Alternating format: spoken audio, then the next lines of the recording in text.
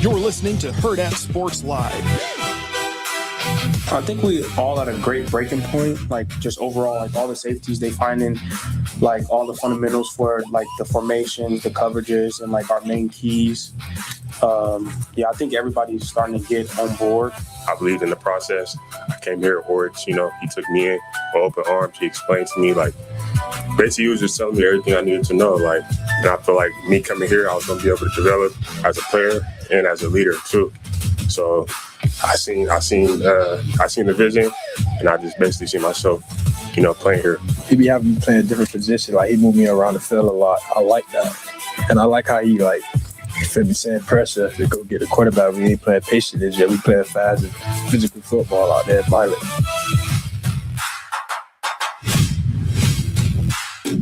Good morning. Welcome in Hurrdat Sports Live, presented by Next Gen Mail Medical. That's Austin. I'm Ravi here at Hurrdat Sports HQ. What's up, Austin? I wore the long sleeve today. Yeah, I don't know. It was rainy. I don't know what the temp's going to be like in the building today, but I think you're going to. I understand why I wore the long sleeves. DB, this is a pre-existing condition that is not related to the temperature of any given building.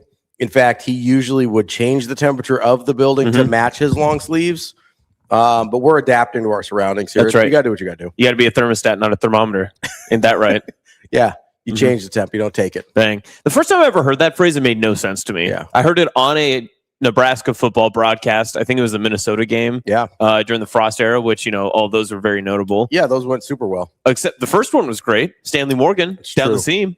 People forget. We do have Stanley Morgan. But yeah, that was the first time I heard that. And I remember it was a pregame for one of our college functions. And I was watching it at our double wide trailer. And everyone in the room was not paying attention. But I heard that phrase and I just did not understand what it meant.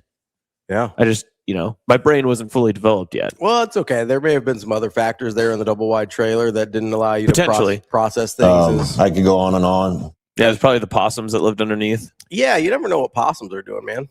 Possums are wild. They are wild. Just of all the animals that you could see out in your backyard, I don't want to see a possum. I don't want to see a raccoon.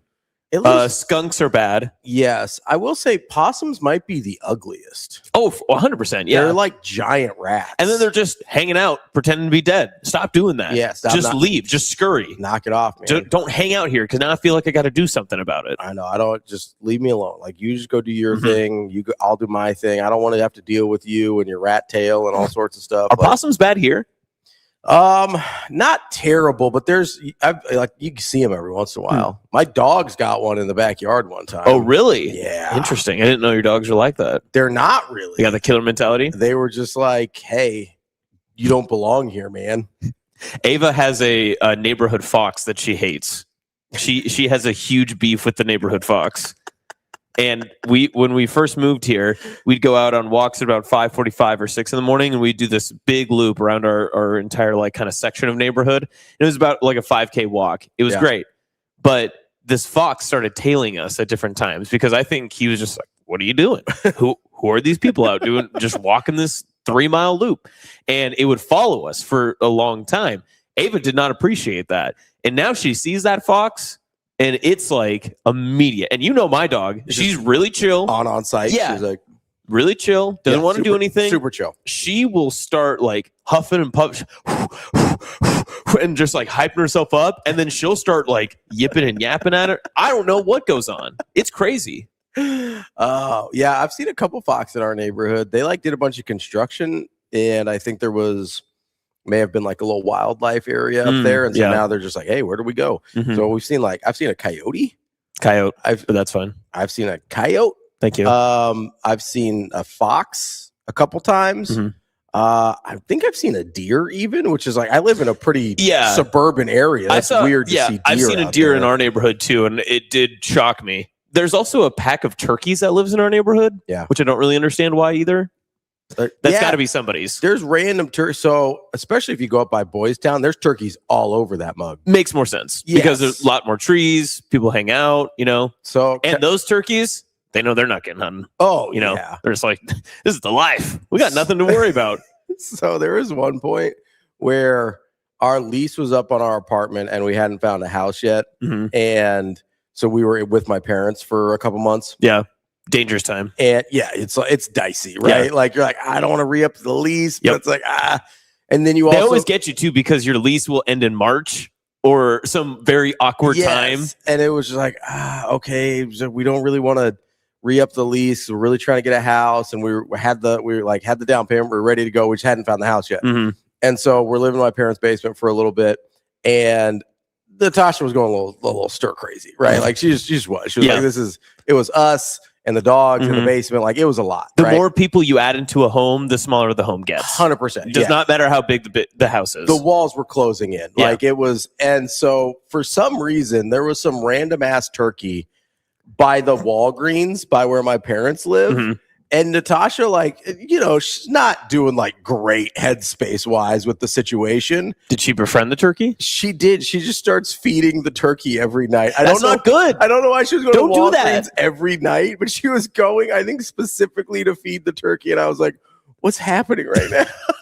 She was going to take that turkey down the Oregon Trail, like travel west with the turkey. I was like, what are you going to put it on a leash and take it home? Like, what are we doing? Yeah, people be doing weird stuff, though. Like, I see those nature videos of people who have trained deer that live in, like, the woods to come and hang out. And they're like, oh, it's like my puppy. I don't know. Have you seen the ones where the fox will, like, come in their house and just chill? Yeah. That's kind of my dream, I'll be honest. So my brother and sister-in-law live in Alaska, in Wasilla, and they have a backyard that is just mountains, like just mountains. I could throw it over the mountains. and they will be sending me videos of just moose walking through their backyards. Now, for the untrained person, meese are huge. Yes, meese are gigantic, and also meese very dangerous. Oh yeah, be careful of meese. Yeah, you gotta watch out for the meese. Yeah. And they are enormous and kind of mean. Yeah. So my niece, who's, yay big. Yeah. She's always pounding the glass. Niece. No, stop. Niece smaller than niece. True. Yeah. That's you could write a children's book. The nieces be huge. The nieces be tiny. You should write a children's book. I think you'd do great. Ravi stars with Ravi Lula. The nieces and nieces. The nieces and nieces. Wow. Great stuff. And the geese on the leases. You're 4 pages in. You're a quarter of the way done. So basically, it would just be the moose at Pinnacle Bank Championship having a goose on the loose, and then the niece being like, "What's going on?" Yeah, I mean, again, the only other thing is you need an overarching storyline. You just need some lesson to learn. Yeah. Don't get mauled by a moose. Apparently, Kenny says he thinks moose kill more people than bears. I would believe that because a lot of bears, especially black bears, they're not like real confrontational. Yeah, and bears are pretty secluded. You have to kind of go find bears. Yeah. That's another thing. My brother, he's being out there, he does guided bear hunts. Like he guides people to do bear hunts. Oh. Weird. I see. Yeah. That's a move. He's kind of like Bear Grylls. He was like, I was out there for 2 days, 3 days, just waiting for this bear to show up. He said the first time they did it, he did it solo, which they highly don't recommend. Yeah, that's a terrible idea. And at one point, he said this, so I think he was just trying to amp up the story, which, he does because he's my older brother. But he had said, at some point, I started to think and then maybe realize that the bear was stalking me and I was no longer stalking the bear. And I was like, yeah, leave, go home. You have a house with walls. Go back to your home. Don't live in the woods. I don't understand the appeal. I really don't. I'm with you. I've never once we got past the point of needing to kill bears for our own protection, why are we going out for the thrill? What is the point? We have already passed that point. That's what I mean. We don't need to do this again. There's other ways to get your thrills. I just do not understand people that hey, I work really hard all week. I make money to support myself and my family or whatever. Now I'm going to use some of that money to pretend to be homeless. That doesn't check out to me at all. I hate camping. Camping's the worst. Just got a fist bump on that. There's just nothing worse than not sleeping in my own bed willingly and then also being like, I'll sleep on the ground. Nothing better than that. Yeah. Again, we have advanced far enough that we can sleep in beds. We can do these things. I'll do a cabin. I'm fine with cabin. Yeah. It's not my favorite. I wouldn't choose it, but I'll do a cabin. And again, I'm still young enough. I'm getting older now where I'm starting to no longer request couches and such. But I'll couch it if I need to. You know, I'll do that sort of stuff. Indoors is crucial. And I'm going to be honest. I'm a big locked door guy. I need a locked door between me and the outside world. See, that's the Omaha in you. Western Nebraska, everything's open. Yeah, no, 100%. Everything's unlocked. You should spend a week in Sydney. Do you think you'd make it? Absolutely not. You just get bored. That's all that it would be. Lee says, Ravi, you're sure Natasha wasn't friending the turkey in preparation for her Thanksgiving meal she was going to make you? As my wife, she knows that I do not like turkey, so that would not be on the table. That would not be an option. Also, Omaha wild turkey cannot taste good. No. There's just no way. That thing's been eating trash for like its entire life. There's simply no way that tastes good. It's going to taste like the catfish of turkey. Yeah. Anybody that looks you in the eyes is just like, I enjoy catfish. No, you don't. No, you don't. You do not like catfish. That's the same reason I don't like lobster. I don't like lobster because it's just a bug. Your dad's in the chat. He says, what? And he hunts with a bow. That is my dad. I know. Oh, that's crazy. Oh, no. That's tough. I know your dad. I know who your dad is. He doesn't know ball. Yeah, that's tough. Hey, he's in the chat. Why are you doing that? That's first thing in the morning. Just hanging out in Grand Island? You're just going to make fun of him? You're going to make fun of a guy in Central Time, huh?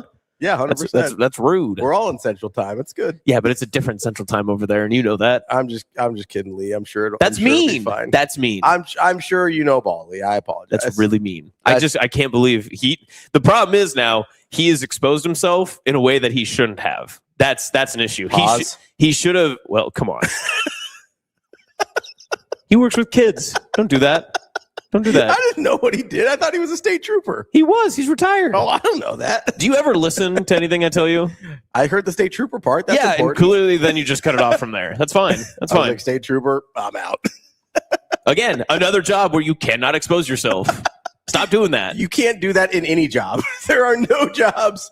There's a few. Outside of like Sierra Mist. Which was true, by the way. We looked this up. All you people trying to gaslight me, trying to tell me the Sierra Mist thing wasn't true. That is 100% accurate. How dare you? Where's Daniel? Furious. When we looked at it, I was like, how dare they try and convince me that wasn't true? And they're like, well, that's your first clue is that Pepsi let a copyright lapse. People with good jobs are still bad at their jobs. Notably, a lot of people are bad at their jobs. This happens all the time. We cannot be stunned that these people are bad at their jobs. And also, to be fair, and I know it's something so simple, so easy to do, right? To like refill a form or just to submit it, send it off, whatever. We've all been at work where the easiest task is the one we put off the longest. Slips right through the cracks. We do it all the time. Lee says true. That's why I listen to you guys so I can learn. See, he's very disarming now. I'm sorry, Lee. See, look what you did. I had one interaction with you. You know what the worst part is, too? Yeah. You're going to have to see him in person at some point. I know. So you're going to have to eat these words. No, I'll just double down. That's fair. You're gonna do that on the day of my wedding. Yes. You're going to double down to my dad. The worst part is that we are spitting images of each other. You won't know who's who. And he's Benjamin Buttoning. He's like going in reverse in time. Benjamin who? Benjamin Buttoning. Oh, Buttoning. Okay. Buttoning. What'd you think? I thought you said Benjamin Bunning, and I was like, that's not a guy. It's not a guy at all. Well, is he a dude, though? Guy's name dudes? Could be a dude. Guy's name dudes. Somebody brought up to me, Kenny Wilson as a guy that he thought was going to be a dude. The old Nebraska running back. Apparently he had like an incredible spring in like 2006. Mm-hmm. And then he broke his leg carrying a TV up apartment stairs. And I don't think he ever played again. That's brutal. I saw him in. Yeah, we could do a whole nother list of guys that like their name was bigger than their play. Yeah. Well, and they thought he was like a 5-star JUCO coming out. Yeah, that's right. And then I remember the next time I saw him he was playing for like a indoor team from Kansas, and he did not look the same. Like he never looked the same again. It was rough.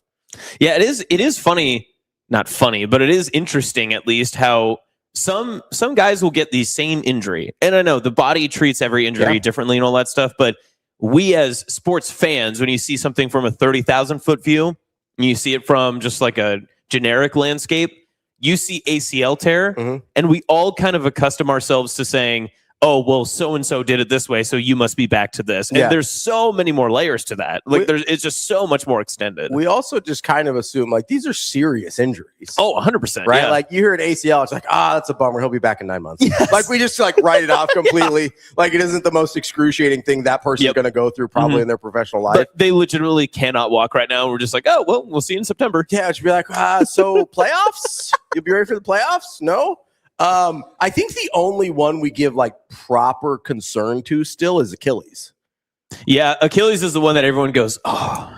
Yeah, when somebody, why? And that's the one where we aren't like positive they'll be back the same. ACLs, it's like first year back might be rough, but they'll be fine. Yeah, right. The Achilles is still, even with, and because it's happening to younger guys now, it used to be like what happened to Kobe, you're like, he's old. This might not go well. And then the KD one was very significant. I remember because that was, the national broadcast, all that sort of stuff too. Yep. But you start seeing, unfortunately, a bunch of them now, and it's the only one that we're still like, hope they come back okay. Yeah, Cornrader brings up a good point, like shin splints, that sort of stuff. You don't get credit for shin splints. People are just like, play through it.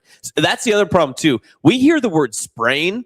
Sprain is a wide degree of injury because you can have a soft tissue sprain that holds you out for months. Yeah. And you could also have like a sprained ankle that listen, there are some basketball players that they sprain an ankle and it's kind of done depending on the severity of it. Well, and like you've got your high ankle versus your low ankle. Like if you actually get a high ankle sprain because the like connective tissue is so much stronger at that point, if it actually does roll, like you're in a bad way, man. Yeah. Like it's tough. Like I had surgery on my ankles because I had so many sprains. Like it just couldn't, like all the connective tissue was so loose. They had to like tighten everything back up so it didn't just roll walking off a curb anymore. But it is kind of funny. Like you could do ACL, MCL, PCL, and we're just like, that's tough. Maybe a year. We'll be back in a year, maybe 10 months if we're lucky, and we're just like completely disregard the fact that basically their knee was in a car crash. Yes, right, exactly. The only time I ever remember, and it's the only time I remember a knee injury where people were like, ooh, I don't know, was Willis McGahee. The national championship. The national championship one with Ohio State, where like they showed that replay once and they're like, oh God, sorry about that. And never again. So my generations would be the Marcus Lattimore, the South Carolina running backs. When he got leg broken and did the artery snap too? It was like I think so, because they thought he might have to huge cascade of things. They thought they might have to amputate. Like it was pretty bad. And I don't remember the Alex Smith injury that well. With Washington when he had his leg. I remember it happening. I don't remember what it looks like, and I don't need to. I'm not gonna. Yeah. I don't need to. Rico, this is not one to pull up. We do not need this one to like come up on screen. Yeah, for people that are a little bit older, the Joe Theismann on Monday Night Football. And I understand the Theismann and Alex Smith injuries are almost identical. They happen at like the same part of the field with the same team against the that defensive player of the year. It was nuts. Yeah, I think it's a different when you break something. Like when we actually when you hear the word break. When we actually break a bone, I feel like we kind of take it more seriously, especially in football where it's usually like a leg is planted or something and like something very unnatural happens. When it's ligaments, we're just like, they'll be fine. Well, and also maybe this might be a little bit too far on the controversial side, but like shoulder separation, I feel like doesn't get the due credit that it does. Those are brutal. Because people have always heard pop it back in. Yeah, pop back in. This guy played with it. Do you not know the amount of things that move around, the things that stretch and snap and all that other stuff when it pops out of the shoulder socket? It doesn't it's not a Lego. You just don't put it back in together, There's other things involved. There's a lot of other pieces that go into that shoulder. But, teach their own. Kobe says, broke my tibia at the ball of my ankle in high school. Doc said, thankful you didn't have a high ankle sprain. That's what I mean. Yeah, right. There's sometimes where legitimately breaking a bone is faster than a sprain. And ankles are kind of famous for that, actually, where it's like a pretty simple break is actually better than a bad sprain. And I mean, I've done everything with ankles. So the one that freaks me out the most, and whenever I see it, usually it doesn't happen often because it's very difficult to do. Yeah. But if you break a femur, that is the hardest bone in your body to break. Yeah. And it just means that the amount of whatever contortion your body was through or the force or whatever, nasty stuff. If I see that just on the injury report or someone had that, they went through something. Oh my God. Yeah. Was that Kevin Ware?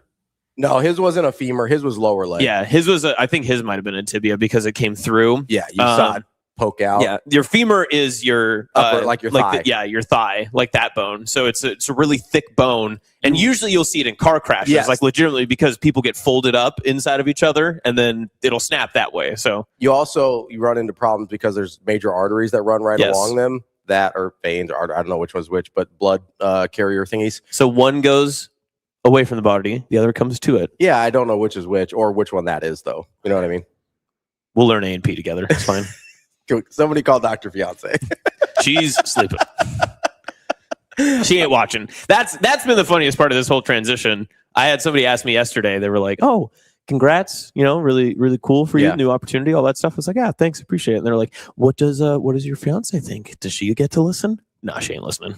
Yeah, even if she could, sleeping. Yeah, my wife doesn't listen either. It's better that way. Yeah, and she gets enough of me at home. She doesn't need me. She doesn't need me in her head constantly. So she's fine that way. Lee says the whole shoulder thing probably started with Lethal Weapon. Not everybody can just pull their shoulder out of joint because of bounce up a wall and put it back in. That's a good point. Yeah, and so that's another thing too. Like again, much like many other things, Mel Gibson's yes. fault. So good point. Great argument. That's the same thing. Like in movies, we see the shoulder separation, people just like throwing their shoulder back into a wall and getting it popped back in. The thumb dislocation. Oh, that hurts. Yeah, that hurt. Like the normal person couldn't dislocate their thumb and just move on with their day. Like pop. All right, let's go. Which again, that's another thing too. One of my big squeams in movies is when somebody gets stabbed through the hand. And then they do something with their hand after. Like, no, that's not how hands work. There are nerves. There are things in this hand. You got to use this, buddy. Come on. You're not John Wick, and that's okay. That's what I'm saying. The other part Stop of it, getting stabbed. Do something different. I mean, there's like an entire series of like either TikToks or articles and stuff online that like just go through the injuries and like what would have actually happened to the person in real life. That's funny. Basically, anytime you get hit in the head, like it's a wrap. Like blunt force trauma to the head, always bad. Like you're never going to be like, oh, that's fine. Whoa. You're like, oh, that was crazy. I'm stumbling. Whoa. That got me. Like, no, you have a severe concussion. You're going to be like Tua Tagovailoa in that thing for a while now. Like the end of the Odyssey, he just had spears and sticks and everything else sticking out of him. And then he sees Anne Hathaway and he's like, I can make it. We can do it. I'm good. I'll be fine. Yeah, no, Will's right. Zach Miller had a terrible. I think it was femur. Yes. Zach Miller was. Yeah, that's one. Because that was with his Bears. That he. I want to say, did he like catch a touchdown and break it, or was it just on a normal play? I think he was going in the end zone. I don't know if I want to say it was something like that too. I think I can sort of see it in my head. He says the most gruesome injury is heartbreak. I think the most gruesome injury might have been Kevin Ware. That was pretty bad. I remember watching that. I saw the pictures of that on my LG Cosmos slide phone. Nice. Yeah. Paul George was pretty bad. Paul George was bad. Paul George was a bad one. But it wasn't on like a broadcast scale though, because that was a USA FIBA game, wasn't it? It was the USA training camp game leading up to the Olympics, but that was being televised on ESPN. I was watching it. Well, Gordon Hayward too, then you got to throw him in. Oh yeah, that was the dislocated ankle. Yes, and that was first game of the season with the Celtics. Yes, yeah. So man, that was a team. It might have been. We don't know. We'll never know. There's simply no way to find out. There's simply no way. But you're right. It's like the the Dak Prescott one, the ankle from a couple years ago when he's just holding his leg and he's like looking around. I think the announcer, I'm pretty sure it might have been Romo because it was a Cowboys game on CBS. Romo just goes, "Yeah, it looks like he twisted his ankle there, Jim." Oh yeah, he sure did. No shit, Tony. It's twisted the wrong way. Yeah. Well, he's just looking around. He's just like, help me. He looks so like, is anybody going to do anything here? Anybody at all? No. So when I was a lifeguard in Sydney in high school, I watched someone do the Kevin Ware injury on like the low dive. Oh no. Because they do like the run up, the jump, and they come down on the board and then jump off the board, you know? Oh no. This is an older guy. They were having some, I think it was like D-Malay, if you're familiar with that. I They am had not. some like Masonic convention. Oh. Not like Satan. Oh. It's whatever. I don't know who the Masons are or what they do or what they represent. But it's just who they are. This is just who was there. And he was like some supervisor. And he's running. He jumps and he lands. And as he like lands on the end of the board to propel off his leg, I just watched like shoot through. And I went, oh. And I was on I was like on the chair, the lifeguard chair, and being the good lifeguard I was, I waited for him to resurface and I asked, "Are you okay?" Because I didn't want to jump in because I saw what happened and I went, "That doesn't look like fun. I don't want to deal with that." And to his credit, he swam over to the side, he pulled himself out, and he just goes, "Ah." He just did the Family Guy. And so he was on the edge. And the worst part is like, he's not bleeding profusely, but like he is bleeding enough that it's like, get out of the pool. It's like, hey, you're ruining this for everybody else. You're not concerned about him breaking his leg. You're like, hey, could you not bleed in the pool, brother? I want to close for the day. I had a tan to get. I'm sure he's fine. That's like when I think, I don't know if I've told this story before. I was at Barnes & Noble the day after Thanksgiving one year in high school. How could this possibly relate to the story I just told? I'll tell you. It starts at Barnes & Noble. Yeah. For whatever reason, the stomach flu had been going through my house that week, and I had avoided it up until that point. I was like, oh, immune. This is beautiful. Felt like DB eating 3-day-old shrimp pizza. I was Naturally. like, never going to bother me. I'll never get hurt. We get to the Barnes and Noble office. I was like, oh, my stomach's not feeling great. Try and go to the bathroom a couple times, whatever. It's like Big Ten Media Days. Not quite other end. But I was like, maybe I just got to poop, whatever, and try and go. Nothing happened. I'm like, all right. A few minutes later, I find my brother. I was like, we got to go like right now, man. Like this is, and then no more than like 30 seconds later, I turn around and I redecorate the Barnes and Noble with some, projectile. That's incredible. And this is where it relates to you. Mm-hmm. The employee comes over to me and goes, "Would you like to throw up outside?" I was like, I'd like to not be doing this at all. Thank you for allowing me the graciousness to do it out there. Yes, I will. I was like, Thank you. Oh, what a guy. So kind. And also, it just never crossed my mind to do this outdoors. I wanted to do it right here in front of all these beautiful books. All of you people. And the worst part was there's some high school kid making minimum wage that day who got told that he had to clean it all up. And that's on you. Got told by you to clean them all Not up? by me. I never had to do that. No. I'm a leader. I would have cleaned it up myself. It went the entire time. Kel Jam goes, did I miss Austin's apology for his bad frozen pizza take yesterday? Yeah, whoa. Hold on. There was some outrage in the Discord about your frozen pizza takes. I wish I could see it. I wish someone would set me up in the You Discord. gotta talk to Sasha. She's the only one who knows how to do it. She's busy enough. Much She doesn't like- need to deal with that. Much like everything at this place, Sasha's the only one that knows how to do it. Maybe if we got it right the first time. Listen, you're already in. It's too late. I know. for that. That's the thing is I've like rejoined 3 times, and I know that people are probably like, "What's he doing? What's going on?" He's here? a lurker. Yeah. He's one of those guys that just watches. You Yeah. know, Well, he's got a special chair for him. My in the dad's Discord. watching, so I'm not going to say what I want to say. It would have been funny, but I'm not going to say it because my dad's watching, which could mean my mom's watching. Even better. They can't know how funny I really am. Do you want me to say it? They can. You can say it. I'll act shocked. Let's run this. Let's do it. Go ahead. Austin just in the cuck chair of Discord. A what? And we took a left turn. A who? I'm unfamiliar with that. My Catholic upbringing, I've never heard of that. It's the noise that turkeys make when you try and feed them at a Walgreens. They don't make a cuck noise. Oh, I was thinking like cockadoodle-doo. My bad. Oh, That's my- what turkeys make. Oh, okay. Are you unfamiliar with what turkeys sound like? No, they're going, right? Kind of, yeah. It's in like the neighborhood. I can do the mating call. Do it. Go ahead.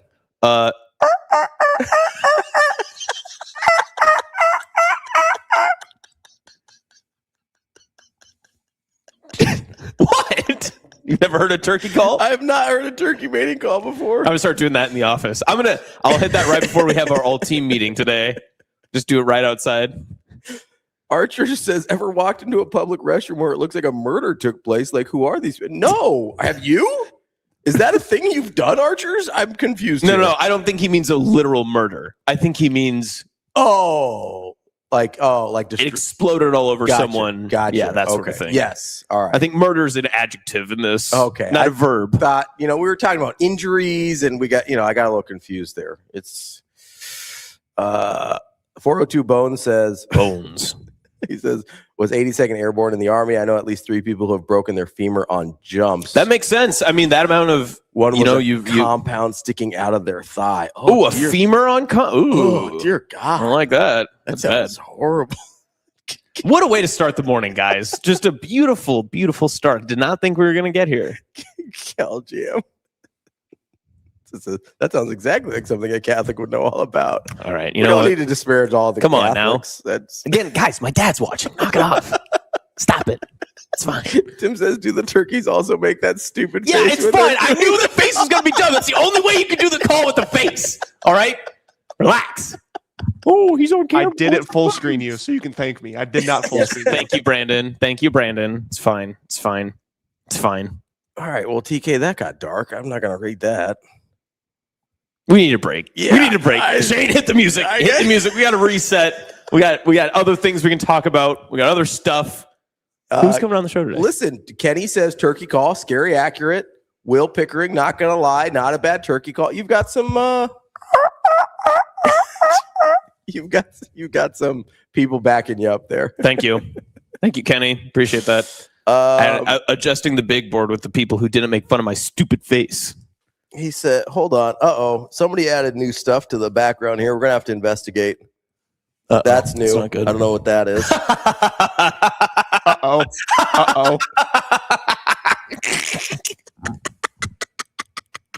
I watched that get put up. Yesterday. That was very funny. I never would have noticed if Sasha didn't say something. Would you say that these 3, one and the same? Would you put them in the same category? I didn't even see who it was. God damn it. All right, we got to take a break. I got to fix this. Okay. All right. That's awesome. I'm Robbie. Coming up on the show today, we've got Brian Christopherson, Husker 24/7, Andy Kendeigh from KETV, and my guy Evan Stone from 93.5 The Drive in Central Illinois, as we move on to the Illinois preview as we work through Nebraska's schedule. That's awesome. I'm Robbie. We'll be right back. We're Hurrdat Sports Live.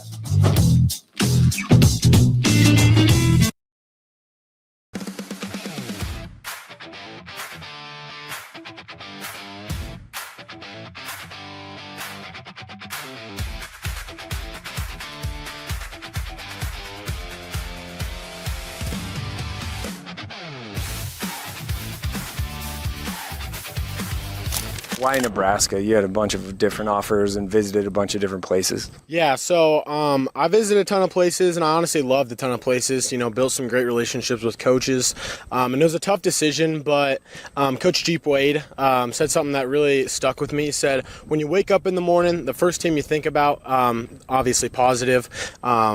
That's probably where home's at." And so I felt like the weeks after I was going on official visits, it was like I'm waking up and I'm like, Nebraska's home. They've got so many pros. I think the program's like such on the uprise, things that people don't see and things that people do see. So I just think that there's things like at Nebraska that, other places may not have had. And so I just think that that's kind of why I made that decision.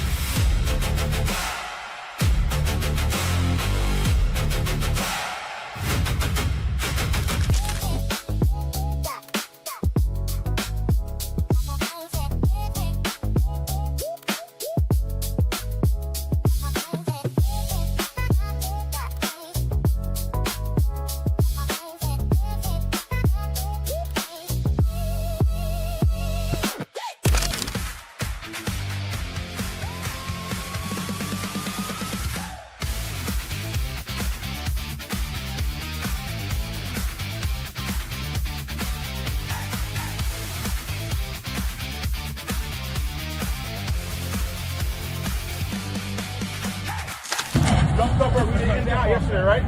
We're out to in today. Out to in. So ball's in the right hand. We got left arm stiff arm. When they get through the blaster, pick the appropriate foot up. You guys good on that? We good? Yeah. Okay. Out to in. Blaster. GP, you're throwing. Comes around, you got the stiff arm. Thumbs up. Thumbs up. On the stiff arm. So, press the can. Press the can. Pad level. Eyes up. Hey. Nice stiff arm.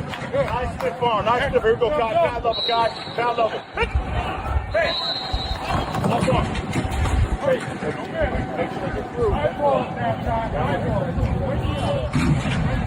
Lucy, back up 3 yards. Thank you. Is that ready? All right, ball. Come on, ball.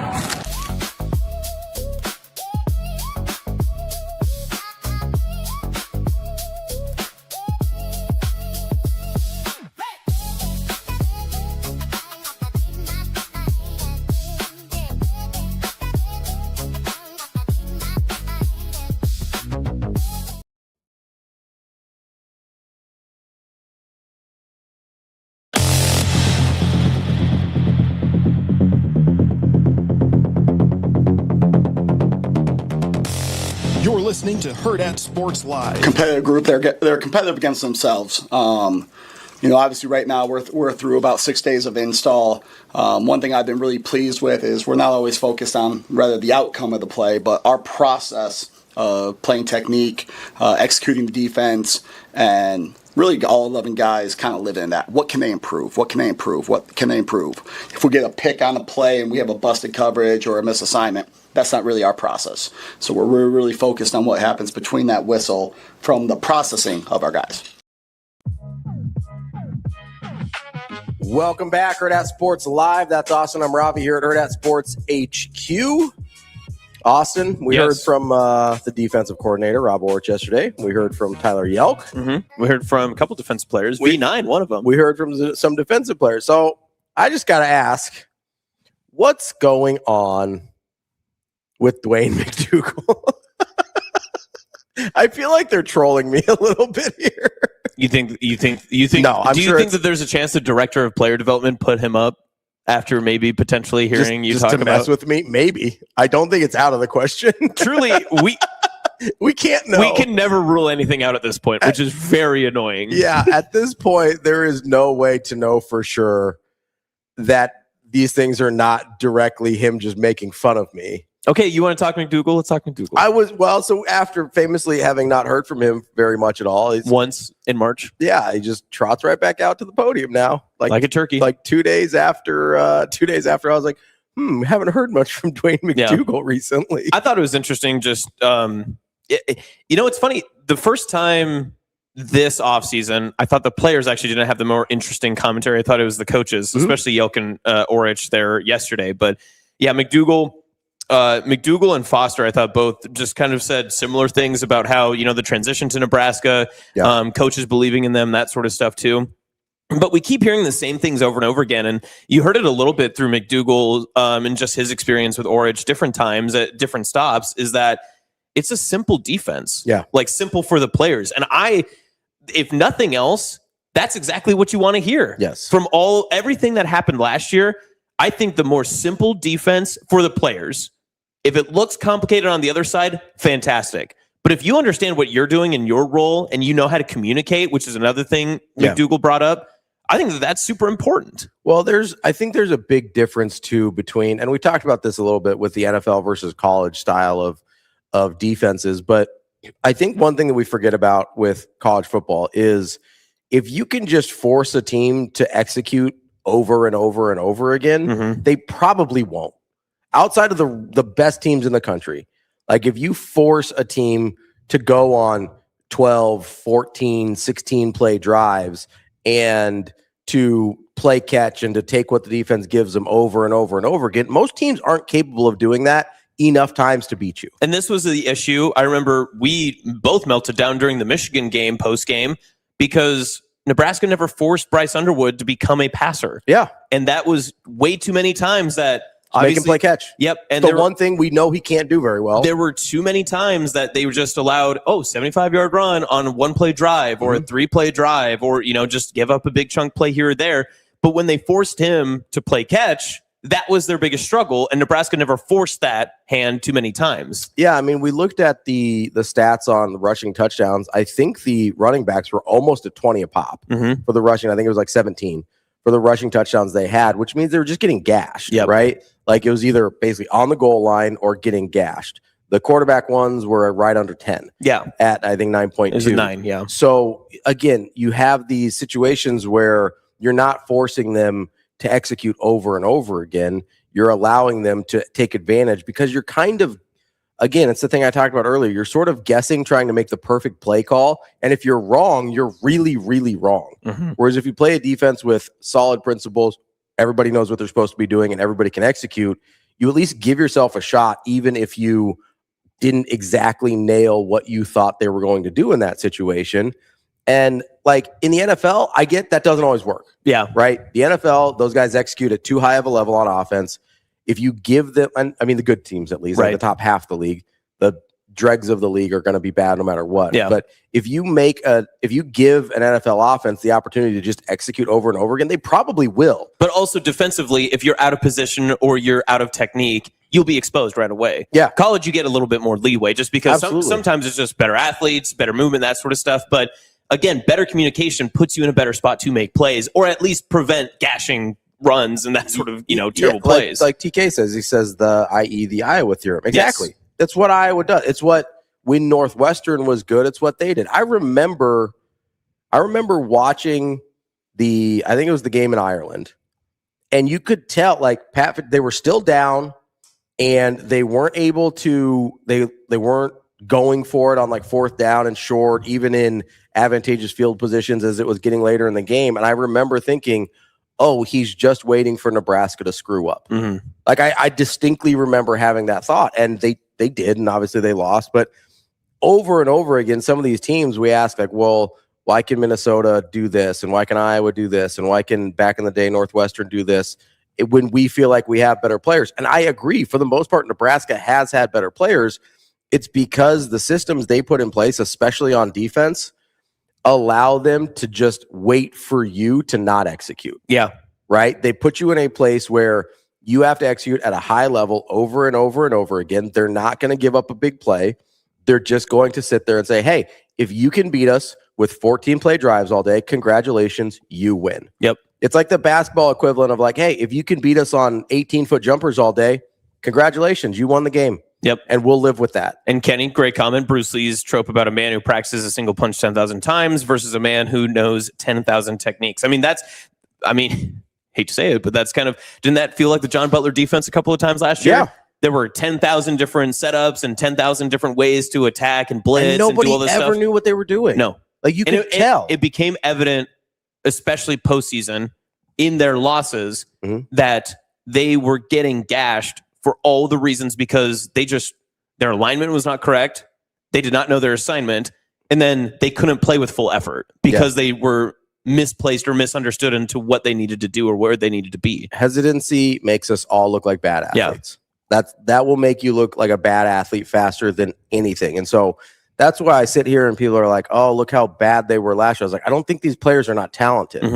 Like, I think there actually are really talented players on this team. I think the problem is when you are always hesitant about what you're supposed to be doing, you look like a terrible athlete. That's one thing. So that'll tie a little bit into something that I noticed significantly more than anything X's and O's or anything else that he talked about with Aurich. It's actually something that was, I think it could be passed over if you didn't listen to it like intently the first time or if you were listening to it a second time. How much massaging of confidence do you think Aurich and the new defensive staff needed to do with some of the guys that are back? Yeah, I don't know if it's, I mean, I definitely think they needed to help get them confident again. Right? Like, I think there's, when I hear massaging of confidence, I think almost like coddling, and I don't think it's that. I don't think it's coddling either, but yeah. I think it's just injecting confidence and giving them real world applications to, hey, this is why you should be confident. Not just giving them, because there's a big difference between giving them false confidence and giving them reasons to be confident. And I think it's the second one that we've seen from Aurich. And you see it with the defenders that we've talked to, whether it's Shavers, whether it's McDougal, whether it's Chambliss. You hear everybody on the same page. Hey, this is simple. We like to play fast. We're going to play violent, right? And when you can just get downhill and be aggressive, like people are aggressive because they're confident usually, especially on the football field. You are confident in what you're able to do. You're confident in what you're supposed to do. And so I think giving them reasons to be confident and saying, hey, like, this is the install. This is it. We're done. Let's just get good at this. That gives you a reason to be confident because you can do the same thing over and over and over again and feel really good about it. Like if you go in, this is a really good example. I'm not going to use tennis. I'm going to use you and Ironman, right? Fair. You did the full Ironman. It was really, half, but yeah, fair. You did the full Appreciate half that. Ironman, and it's really challenging. And what was the hardest part for you? The open water swim. The open water swim. How many times did you get an open water swim before you got there? Oh, none. See? Yeah. Right? Point. You're swimming in a pool. Yeah. And you're like, oh, I can swim in a pool. If they had gone and been like, hey, you got to go 2 miles in a pool or whatever it is, you'd be like, oh, no big deal. No I'm problem. good. Yep. You go into a situation where it's like, yes, I have swam before, but now I'm in a whole different situation in which I am unfamiliar. And now, again, I'm no longer confident. Yeah. Right? Good point. When you have an opportunity, if you had been able to go and get 10 open water swims in before your half marathon or half Ironman, you'd have been like, I feel pretty good here. I like where this is at. I feel confident that I can do this. When that's the first time you're seeing that situation, or it feels like a new situation every time you're out there, zero confidence, right? So that's the importance of simplicity. It's not that these guys aren't smart enough to remember the things. It's that when you've got so many things going on, you can never spend enough time on one to be confident in it, right? Like there is such a big difference between understanding it on a whiteboard and being confident in executing it on a football field, because things are moving super fast and it may not look exactly like it was supposed to. And you still have to have the conviction of, hey, this is where I'm supposed to be. This is my job. This is what I have to do. But again, I think that there's even a little bit more to that too. And I everything that you're saying, I completely agree with. But I think that there's an added layer. And the part that I referenced earlier that I really noticed just right from the beginning, and you'll notice that we speak in this way too. The media members that were asking Aurich, and you can go back and listen to this, the media members that were speaking to Aurich yesterday, they would refer to players by their last names, which is a very common, phrasing and everything. Aurich would either correct them and say that player's first name, or in answering his question would refer to them either by a nickname. Yeah, V9 or whatever. Yeah. Or by their first name. Yeah. And it's such a little minute thing, but he did it every time. And that's probably who he is. But I also think it's very intentional because what was the biggest, my biggest gripe from last year that Rule brought up later, that once I became aware of it and I had heard it a couple of times, it was something that I agree with Rule about, that in the college game, the assistant coaches in Rule's, coaching philosophy, he believes that John Butler basically, maybe not John Butler directly, but that the defensive staff, there were too many times that they just said, we don't have good enough players. They're not good enough. They're not doing whatever. Rule just said, listen, you got to coach these guys. You got to make guys we have. You got to make sure that they're good enough, because nobody else, we can't sign someone off the street. We can't bring somebody else in. Yeah. I like the fact that Aurich is making them human and making them people and making them players. It's not an NFL system, because the last name is the only thing you know about some of the guys in the NFL, right? Yeah, you signed a guy 4 days ago. That's where John Butler came from, right? That's where they put the last name on tape over the helmet, and you grab him by the helmet so you can be like, okay, hey, you were in the wrong position. I'm going to put you right here, and this is where you need to be, right? Yeah. I think Aurich has done already a really good job of already implementing, being like, no, we have the people here. I'm going to teach the people we have here, whether it's JJ, when he's talking about Jeremiah Charles, or if he's talking about McDougal, Dwayne. I know these guys. I know them by name because they're guys that I'm trying to develop and guys that I'm trying to do. And maybe it is a little too philosophical. I can already understand that. I think it may be a little bit too much in my head, but coming from just different football practices and different practices where, I'm going to these high school camps and I'm seeing like how they interact, it reminds me of exactly why the high school aspect is so important to Rule, because you have to develop those guys. You just don't get to sign new guys off the field in multiple layers of the sport. There's only one level, one division of football where you can just sign X, Y, or Z player and make them a number, and you can bring them in to solve an issue you have. It's only at the professional level. Everywhere else, you have to develop the people that you have on your roster and on your staff, and basically just who's in the building at the time. Yeah. And until your season ends, you can't replace them. You can't move them. You can't do anything with them. So how do you get the best out of them? And that's why I use the phrase massaging confidence, because I thought that was a really, really excellent way of just showing, hey, listen, I'm here for you. You got to be here for me. And we have to be in this together. I'm going to put you in the best place possible to be able to develop you into what you can become for us. And I think it showcases early too, with the way people are already responding, with the simplicity, how they understand the role a little better. The act of communicating was brought up multiple times by multiple players yesterday too. Again, just the little things make the biggest differences. And if you want to go stark differences between a defensive coordinator from last year, who, again, in the head coach's own words, may have not been the greatest at his player assets and maybe coordinating with the guys that were on his team, to a coach that's now referring to his players and correcting media members and telling them, hey, listen, this kid's name's Dwayne, this kid's name's Jeremiah, that sort of stuff.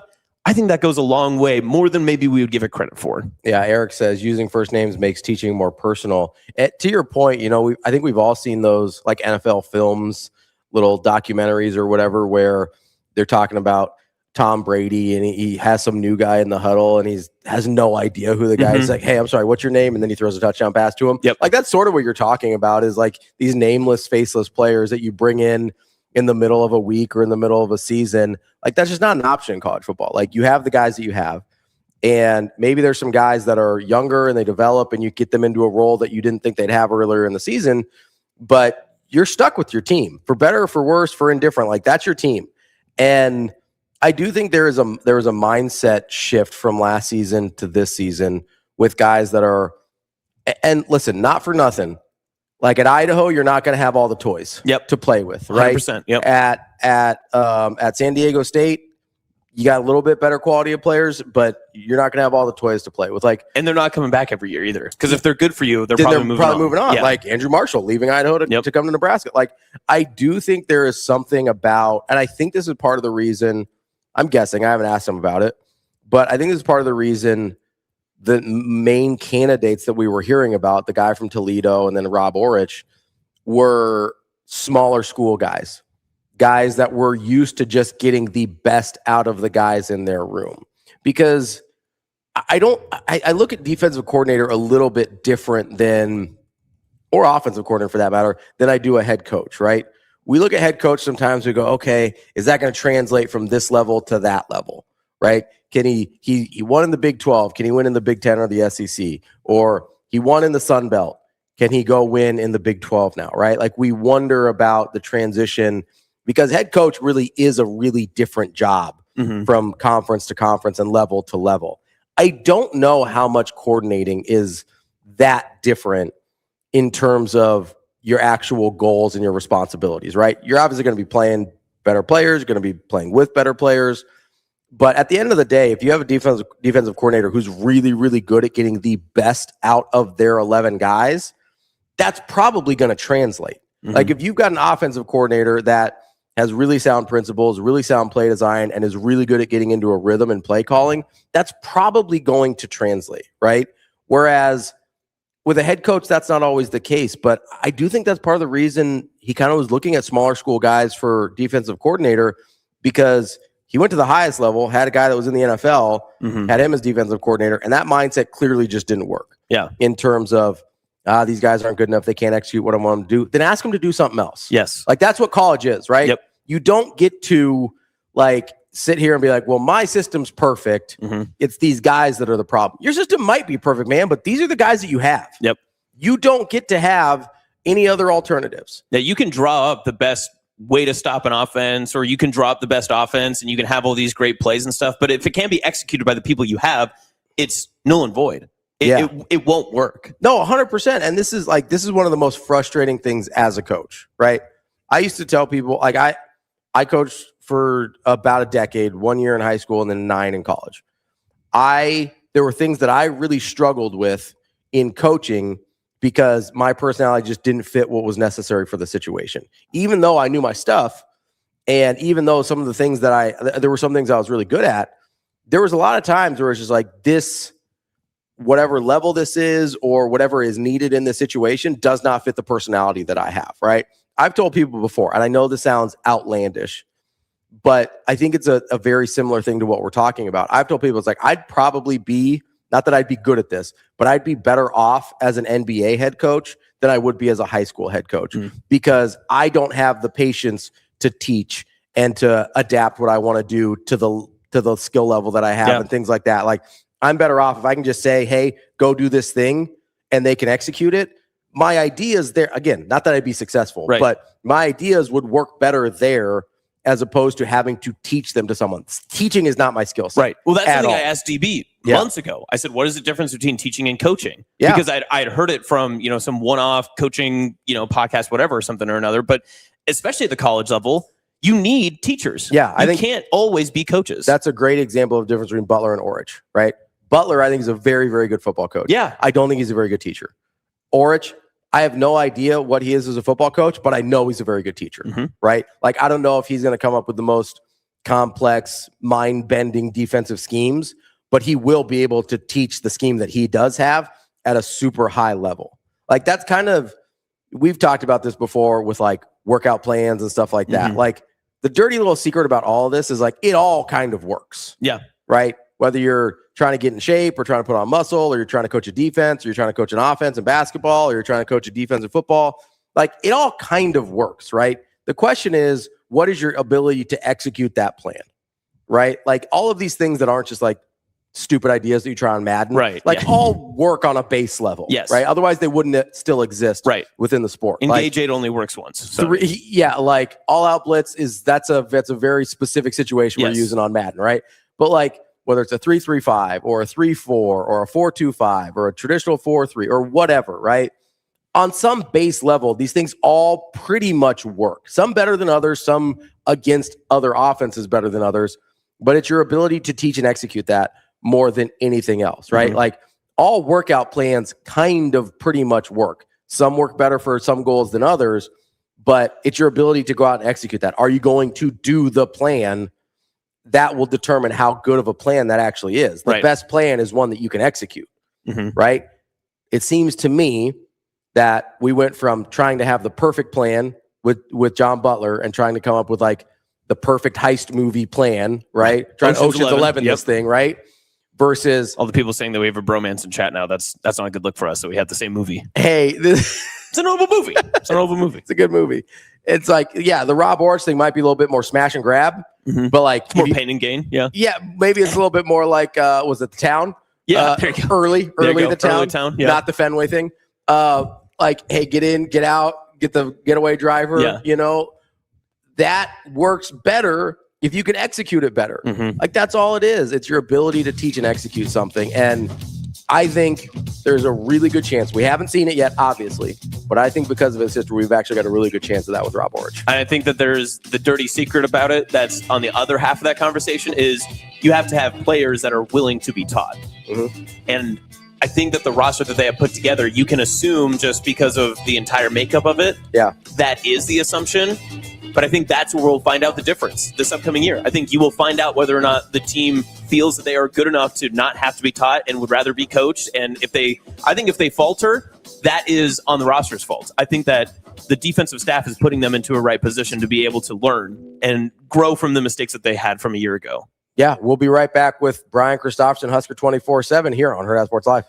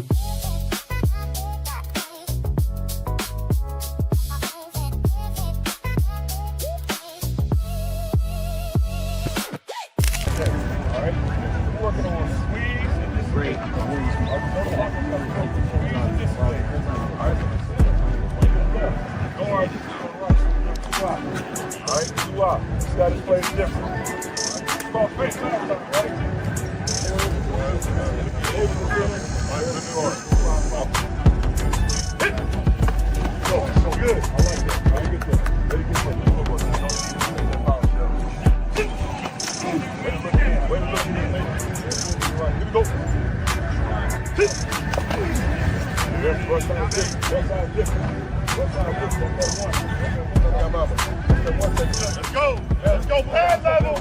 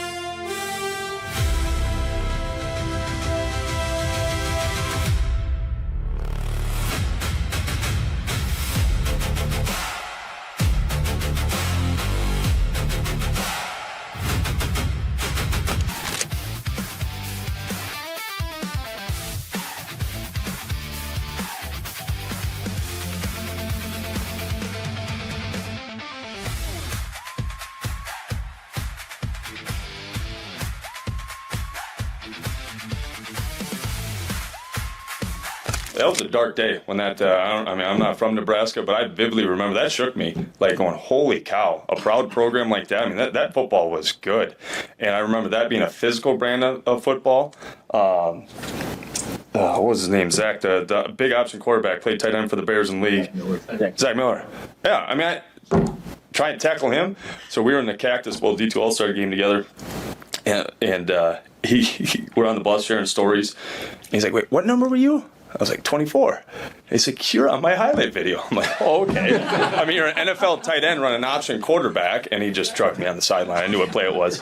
But, I mean, just big-time football. I mean, there was a big physical group of guys. I mean, that was the brand, and obviously, here, that's what, we're trying to build an element of that. But sad day for D2 football.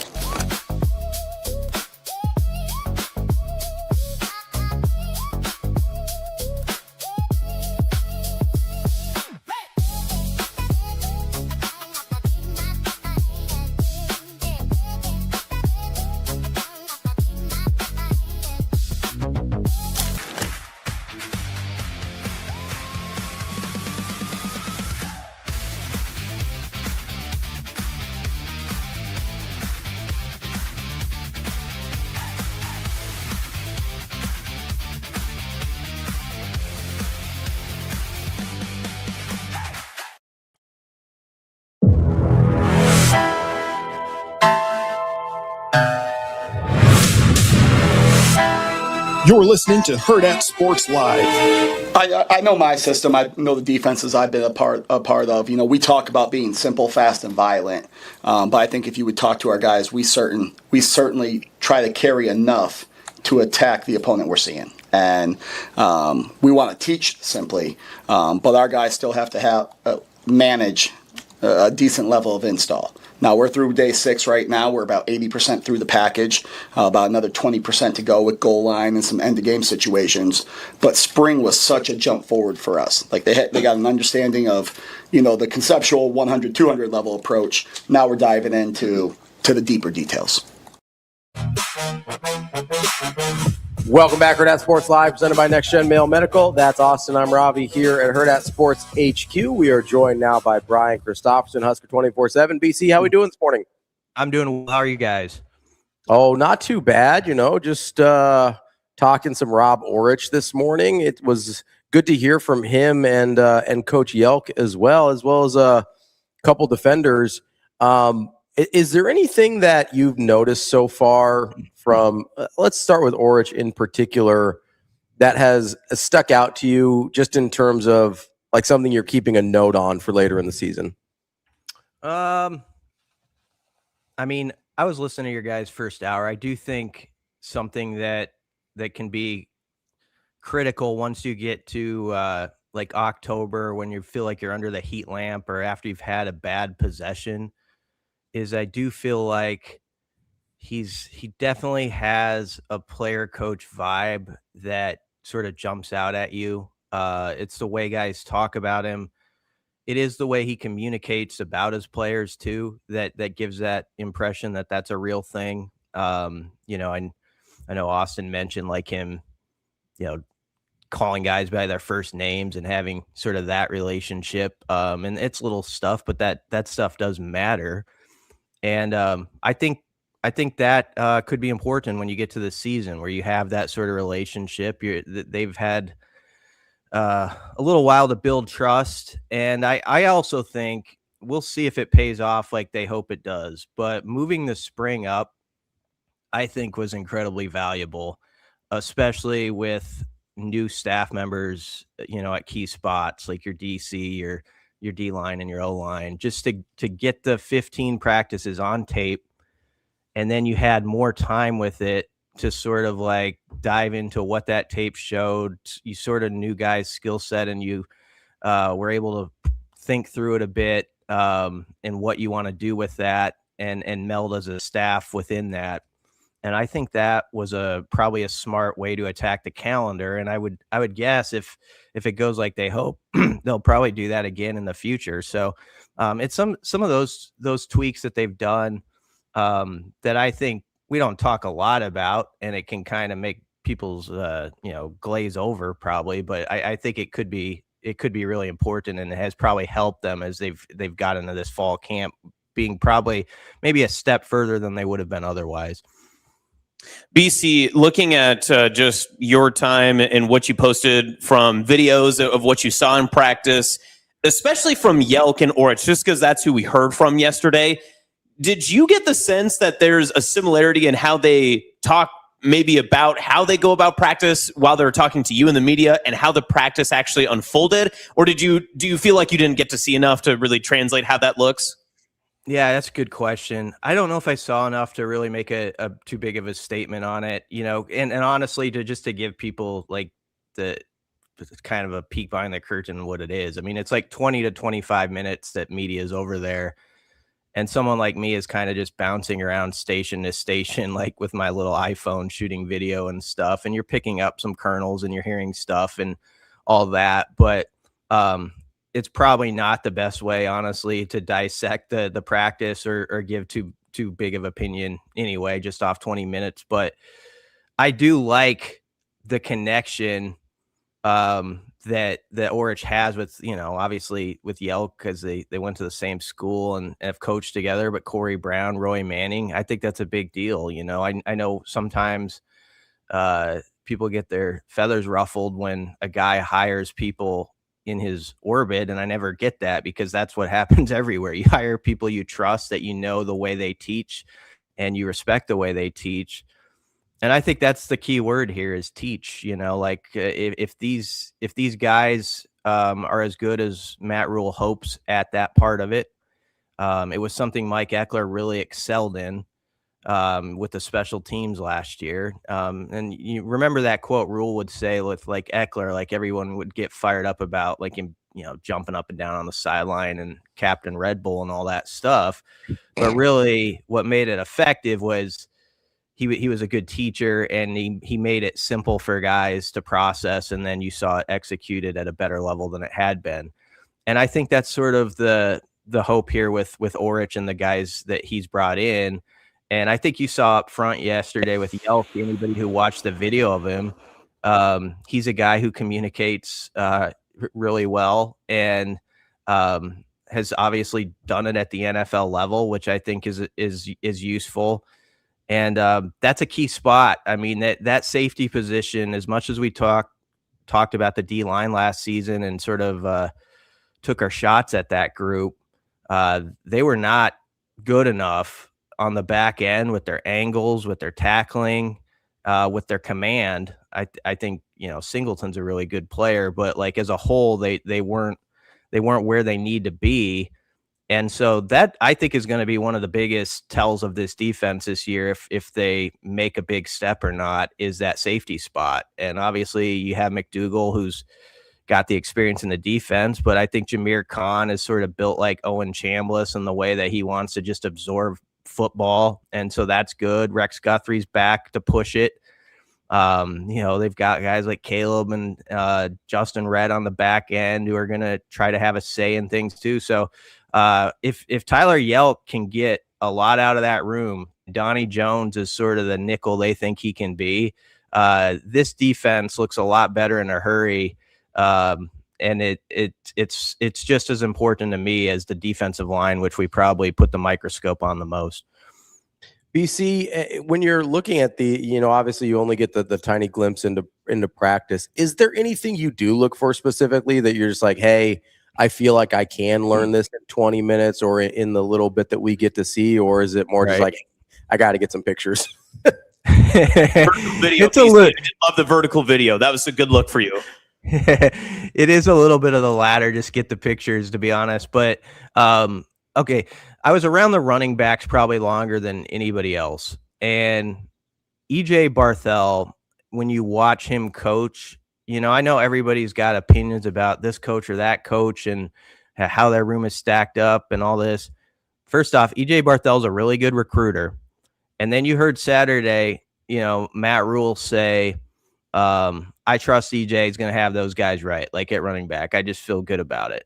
And you watch Barthel coach, and he's got Ron Brown, a veteran of decades, over there with him.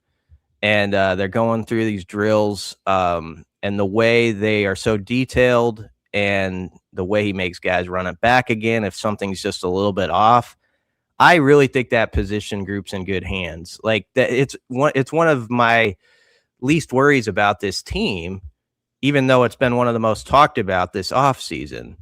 And I think they'll go much like how the O-line goes. If the O-line is sort of established and what people hope it is, I think the running backs will find the guys to make it look pretty good. So I guess that's one of my bigger takes. And also, Rule said Saturday, like, you're going to see we're a good-looking football team. And he laid out the numbers, the lean mass numbers and all that stuff, what they've lost fat-wise and all that. You look at them, and they are a much better-looking football team than they were a season ago. And I know people say, well, you guys always say, like, they're bigger and stronger. And that's true. That always gets said over there. But let's think about this particular team. Like, when that was said a year or two ago, and a guy is said to be bigger or stronger, in a lot of cases, we were talking about a guy who was bigger, stronger now. He was then like 19 or 20. And so that's compared to when he was like 17 or 18. Now, in a lot of the cases, when that's being said, we're talking about guys who are now 21 to 23 years old in a lot of the cases, as opposed to 18 or 19. That's a big difference in bigger, stronger, and how that looks and what it takes in the Big Ten. And so if you want to, go to the fridge and get a little Kool-Aid for the morning, that would be it to me, is that they do have a maturity as far as just their age on this roster, that it's sort of developed through the guys they brought in the portal, but also there's just a lot of guys now, at least in their third year. I think 84 of like the 116, 117 guys are third year or beyond. And you're kind of hoping that pays dividends. Bill Connolly of ESPN always does the returning production thing. And it's not always gospel that's going to make you a good football team or a better football team. There were a couple examples last year where it didn't, but there were also some teams that were like in the CFP, and I'm not saying that about Nebraska, but they made that jump. Like Oklahoma was much more experienced last year, and it showed in the way they played and their record. And so I think you're kind of hoping that Nebraska with just more veteran around and just better bodies to take on this league can kind of make that move. BC. Oh no, go ahead. I'll just say real quick, to your point, Nebraska is third in that ranking, right, of Connolly's returning production. So it's Notre Dame, Maryland, which it'll be really interesting to see what happens there, and then Nebraska's third. So to your point, like they are in good shape there in a way that they haven't been in a while. Yeah. So BC, I guess my question was, and I know again we're going off of what you said was basically 20 or 25 minutes of practice, but in terms of what you've heard from media over the past 7 days, from your 30 minutes of practice time watching yesterday, do you feel like this is a different tone or tenor than past practices you've seen under Rule for that first session, that first week that you've been able to kind of get a feel over the past few years? Or does it match something similar that you've noticed before in years past? I don't know that I noticed from just what we saw on the practice field anything different than other times we've been over there. It's the stuff that we didn't see that I'd be way more interested in. And I know that's not good for radio, because it's like, well, then what good are you? But like when we get over there, you're going to see more individual drills and stuff like that. And so, we're not seeing as much of like Calandria and his ability to move around the pocket. And obviously when they get to the scrimmages with the running backs, that's going to be a big tell for this team, like who's really got the stuff, right? But you can pick up some things, like you watch the backs and you watch them kind of go through like some pass pro individual drills, and you see some guys that still have some room to go, or they need to get corrected a little bit more than some others. And a lot of that just goes with experience. Like if a guy's been around a little bit longer, he tends to have it down more. But I do think, and this goes back to Austin, like last week when they had the media day event in Lincoln, there is more confidence on the defensive side of the ball than a person might expect given how last year ended. with just sort of it went off the rails the last 3 games. But I do think with Aurich coming in, they were able to sort of reset mentally. I think he carries himself with confidence, as do his coaches.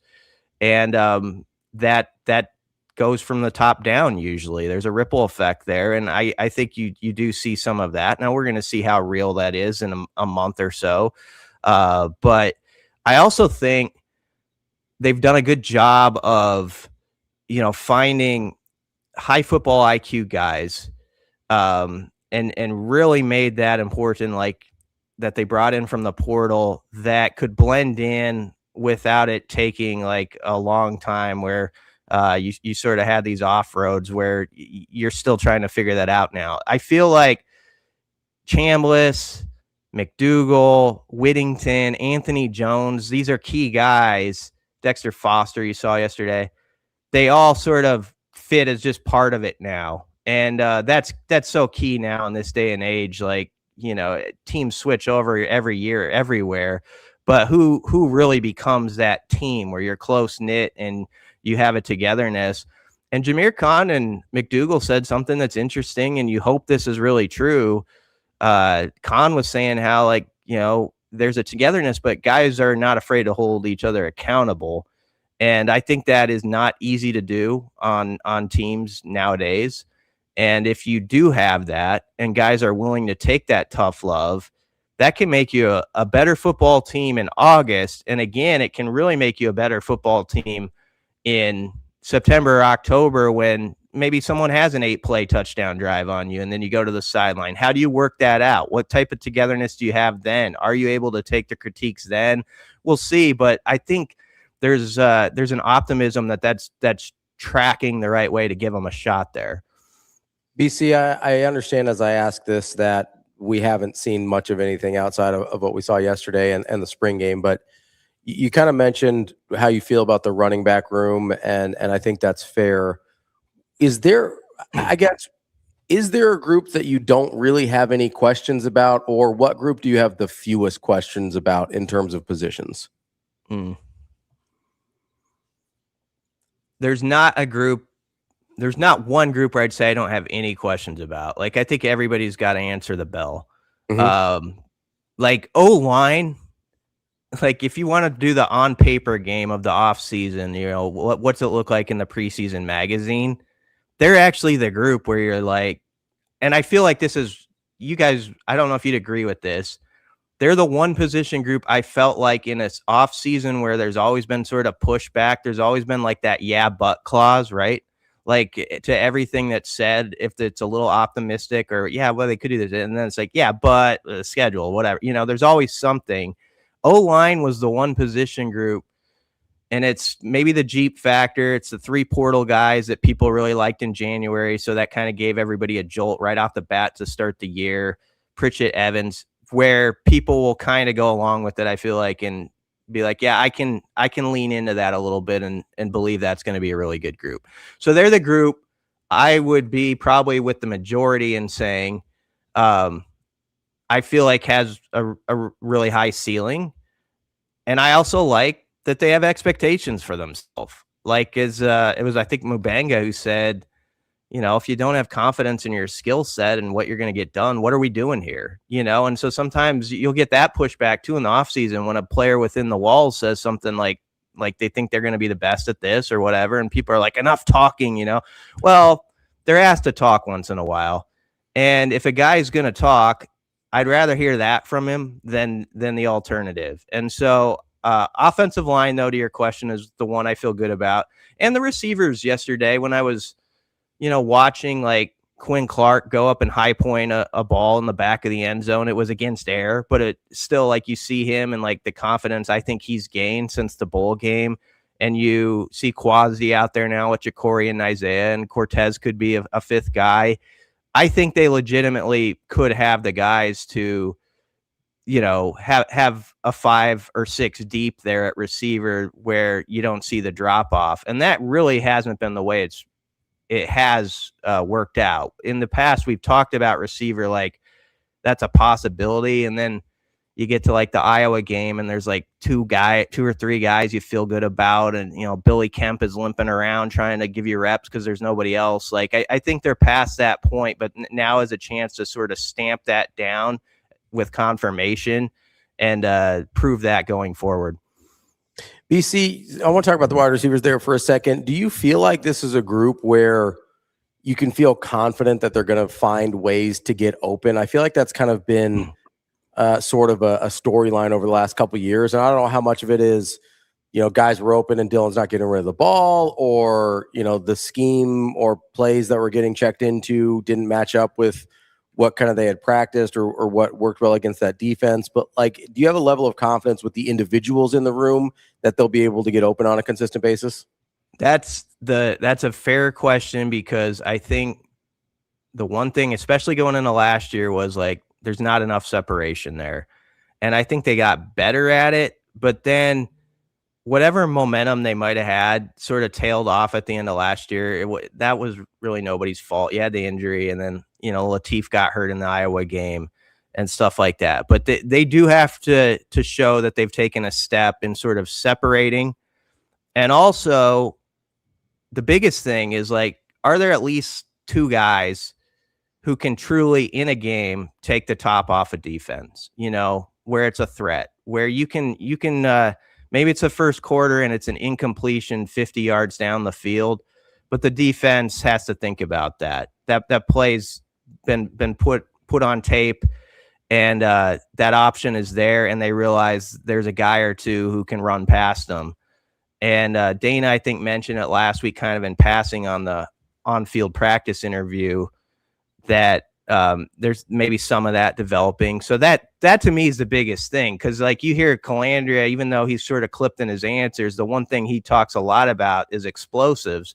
And if you look at how many times he threw the ball 20 yards or beyond down the field, I think he threw it like 75 to 80 times at that distance down the field, where Raiola was like 28, and obviously Raiola's season was cut short, but still he wouldn't have got close to that.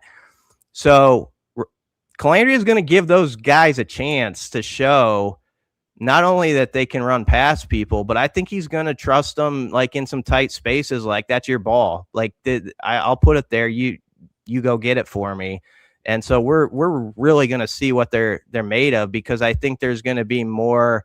I think there'll be a few more contested opportunities for them to really show that. And that's what Nebraska's sort of been missing. You have to have that. You watch the great college football teams.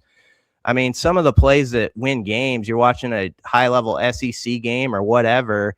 A guy goes and just takes a ball away on a 3rd and 7, like makes a great individual play. Like, you've got to have that from that position. And so we're going to see if Nebraska is to that level or not, but they at least have the opportunity to chase that, I think.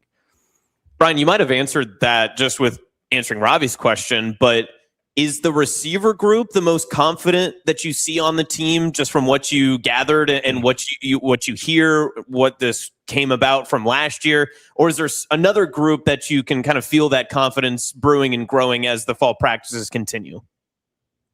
Receivers definitely up there. I would say it probably could be the most confident. They're kind of naturally that way by the if you're a wide receiver and right. You did it growing up, you just grew up playing 7-on-7, and you kind of have that swag you have to have and that to be successful. So I think that's probably true. I think O-line's up there. I think they really think they can be pretty good. And the growing one, I think, is linebacker. And I think it's they have a sort of stabilizing force possibly in Chambliss. Chambliss has to answer that he can do it at this level. And I thought he was actually played bigger last year, but he mentioned in his interview last week he was at 205 playing last year. That's what he said. Oh, wow.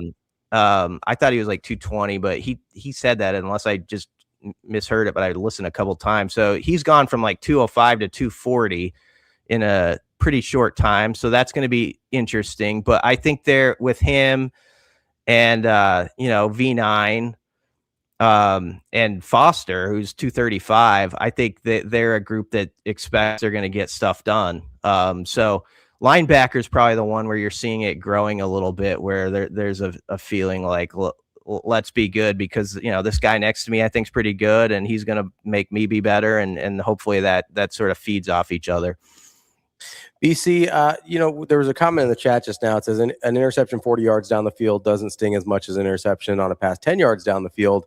And there's a part of me that wonders if we hadn't been so, like, as a fan base and maybe even as a football team, so kind of traumatized by the turnover bug and how that hurt teams. And if I remember right, a lot of those were fumbles or like goal line interceptions, things like that, like really costly interceptions that we didn't almost overcorrect in being too cautious, whether it's just with Dylan's decision-making or the play calling or whatever, where it's like, hey, not every interception is the end of the world, right? Like if you've got an opportunity, you take a shot, you get a 50-50 ball and they pick a ball off, that's essentially a punt a lot of the times, right? Like maybe it's on second down instead of fourth down, but those aren't always the end of the world, it doesn't seem like. Is that something you think Nebraska could benefit from Anthony Calandria, where his mindset of like, hey, there is a version of this risk versus reward that actually makes sense to take some of these risks? Yeah, possibly. And in fairness to Dylan, that's interesting the way you're framing it, Robbie, because I think there's something to be said for the fact that Dylan was well-versed enough to know that like over 2 decades he'd heard it. Nebraska has basically lost a turnover margin like 17 of 20 years or something like that. Like it really is an astounding statistic. Last year, they were actually +2. And that the reason was they did only give it away 11 times. So that was very effective. But I think, in doing that, you did give away some opportunities that were probably there in the passing game. And I think people would say at times he was probably reluctant to pull the trigger.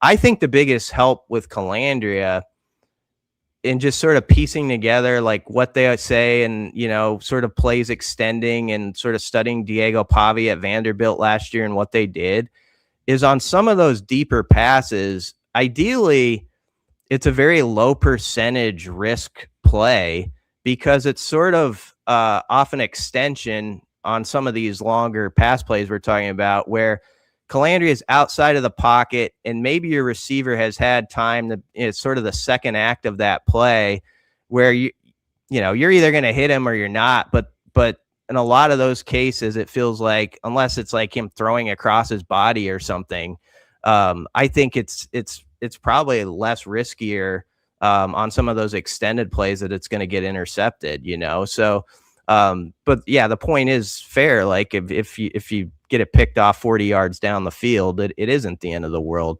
I just think it's important, bottom line, that the defense has to navigate that possibility a little bit more than they have had to do with Nebraska. And I suspect the way that it's been talked about that you're going to see Nebraska take a few more shots and thinks they have sort of the personnel to do it. So we'll see. And obviously you need your O-line to hold up too. We talk so much about like, off script stuff and the extended plays. That's all well and good. But Calandria took quite a few sacks last year at UNLV actually.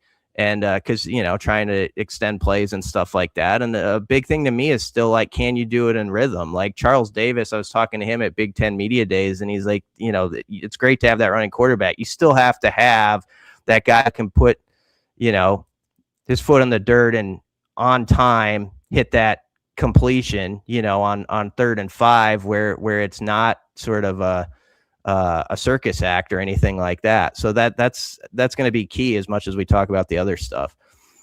BC, the last one here for me. It's funny that you brought up kind of the +2 in the turnover margin, even though, they only gave the ball away 11 times, I think was the number. I think we forget that there's another way to end up on the positive side of the turnover margin, other than just being super conservative on offense and not really taking those chances.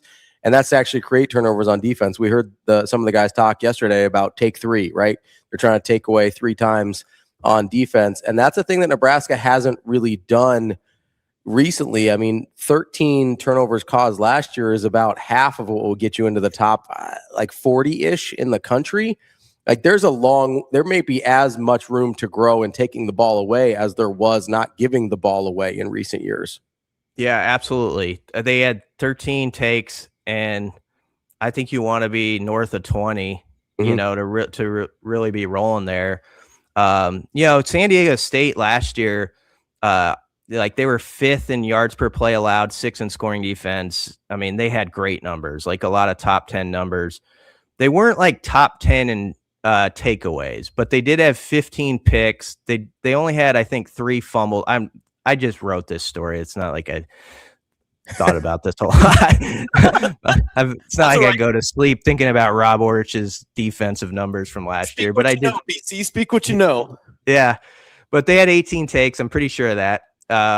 And so not bad, but I'm sure they want to even be higher than that. If you look at Nebraska's defense the last few years, this goes beyond the rule era.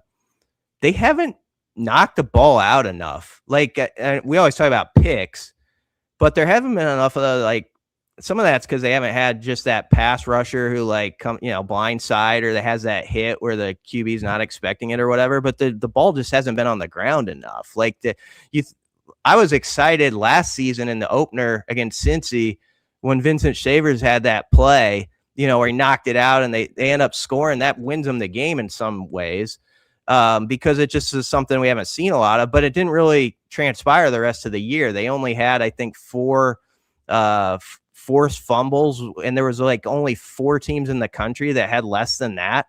And so that's a big thing. So I'm glad to hear that, you know, it's a focus with every team. I know it was with John Butler last year too, but it's got to be more than just the picks. Like you want to see them knock that ball out, you know, and just be that kind of hard hitting defense where, you know, ball's on the ground and you're running the other way with it. And it wins you a 3-point game, you know, in the Big Ten. That's got to be the step.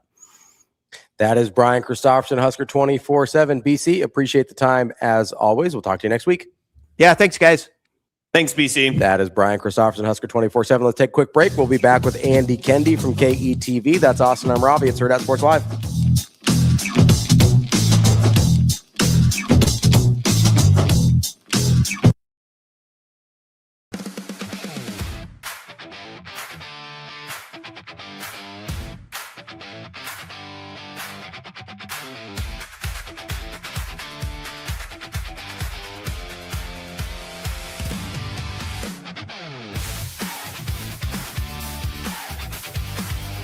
Why Nebraska? You had a bunch of different offers and visited a bunch of different places. Yeah, so I visited a ton of places, and I honestly loved a ton of places. You know, built some great relationships with coaches, and it was a tough decision. But Coach Jeep Wade said something that really stuck with me. He said, "When you wake up in the morning, the first team you think about, obviously positive.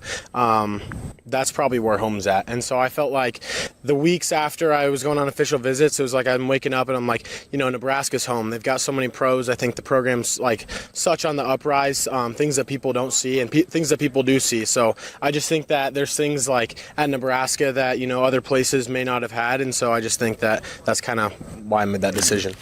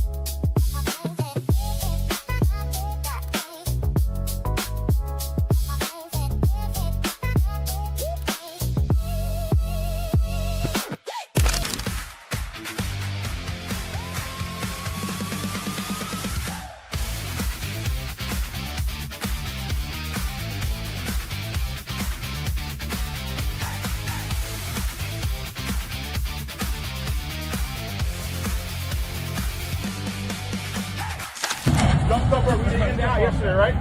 We're out to in today. Out to in. So ball's in the right hand. We got left arm stiff arm. When they get through the plaster, pick the appropriate foot up. You guys good on that? We good? Yeah. Okay. Out to in. Plaster. GP, you're throwing. Coach Brown, you got the stiff arm. Thumbs up. Thumbs up. Let's go. Press the can. Press the can. Pad level. Eyes up. Hey.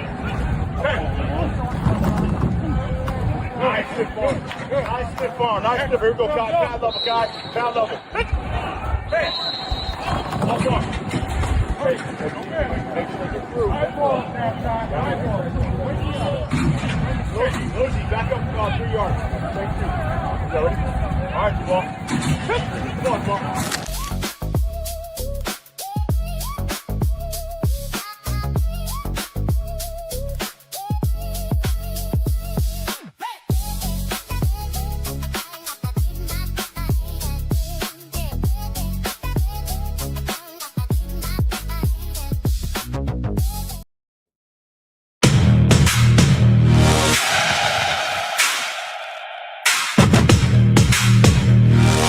You're listening to Hurrdat Sports Live. It varies with each group, and I'm still feeling I don't have a direct answer, and even Coach Rule talked about that this morning, like who our starters are, things like that, and we appreciate competition, but we have a group of guys and a collective group that can really play, and so whether it's a deal that we platoon it a little bit, and hey, 12 personnel, these guys are going to be our starters, the other guys are the backup, 11 personnel, this is so we can mix and match that a little bit, which I like. It creates a little more chaos on game day. I have to be a little bit more organized with the substitutions and things like that, but that's no problem. We'll get that taken care of. Welcome back, Hurrdat Sports Live. That's Austin. I'm Ravi here at Hurrdat Sports HQ. We are joined now by Andy Kendeigh from KETV. AK, what's going on, buddy? How are we? I'm good. How you doing, my friend? Oh, we're doing all right. Just hanging in there. How's the kind of last week or so, the calm before the storm with fall sports going? It is, we're kind of, like, you ever take a charge in basketball? Oh, yeah. Right? That's about all I could do on defense. Personally, no, I have not. Charges and fouls, those were my sweet spot. Right. So you see the power forward coming right down the lane, and you've got position, and you're going to get trucked. So you kind of stand there and you kind of brace.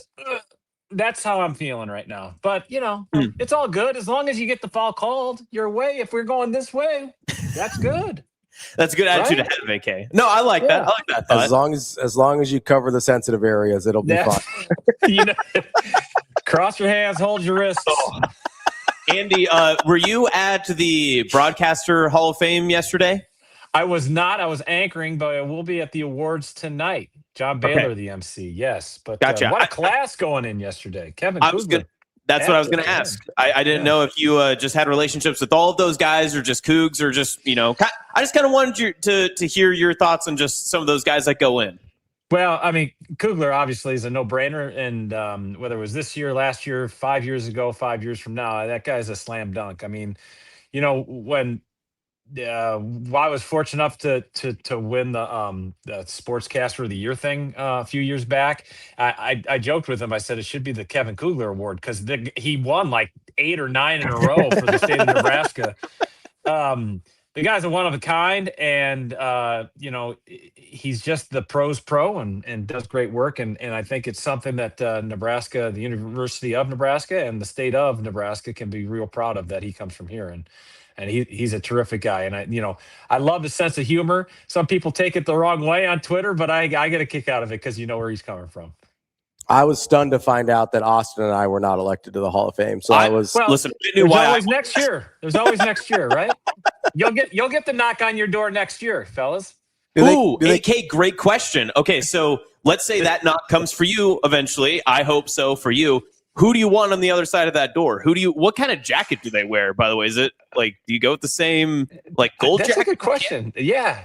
Maybe a Brockmeyer jacket, the plaid, that's gross, the bad sports. Can we get, what if it's Ramby with those sleeves rolled up and he knocks on your door? Can we get that? Bill, as long as his sleeves are down knocking on my door, I'm good, because his sleeves were up overnight. Holy cow, did we get hit with a like we got clobbered with the storm. That's a great question. Who would want to be knocking on my door? That I could go, a laundry list of people that I worked with. Probably my mentor, who you guys don't know, but Jay Wilson back in Madison would probably be my guy. He gave me my first job. Actually tried to fire me. I came back like a bad penny, and he was forced to keep me on staff there.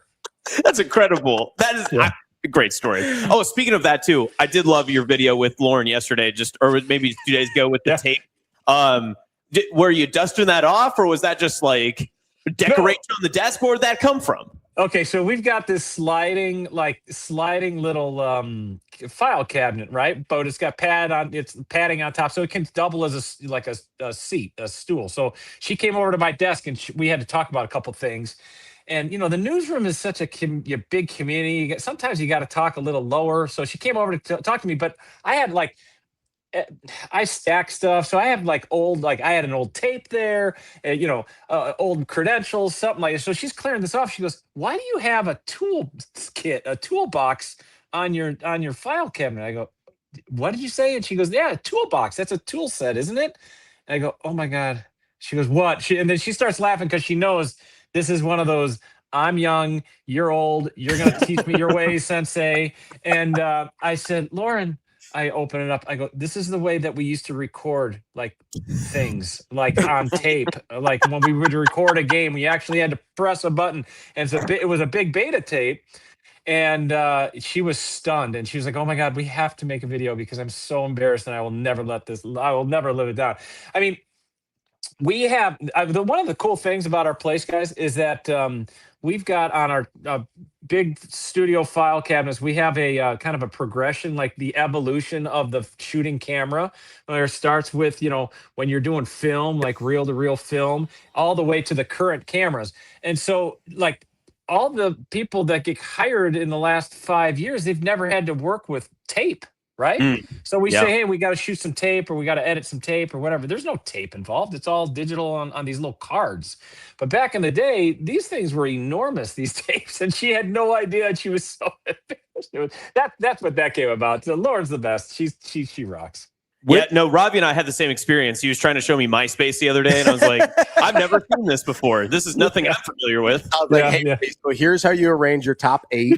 All right. And then here's how you code, do a little light coding in JavaScript. So you would understand light coding.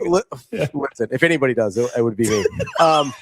You just get a little, get a little background change in there. Listen, people don't understand this. To change a profile picture in MySpace, you had to actually learn how to code a little bit. Yeah, no doubt. And then Ravi, you could have told them every once in a while you'll get a piece of email and it will notify you saying you've got mail, right? Like AOL. I mean, that was the way that we connected back in the day.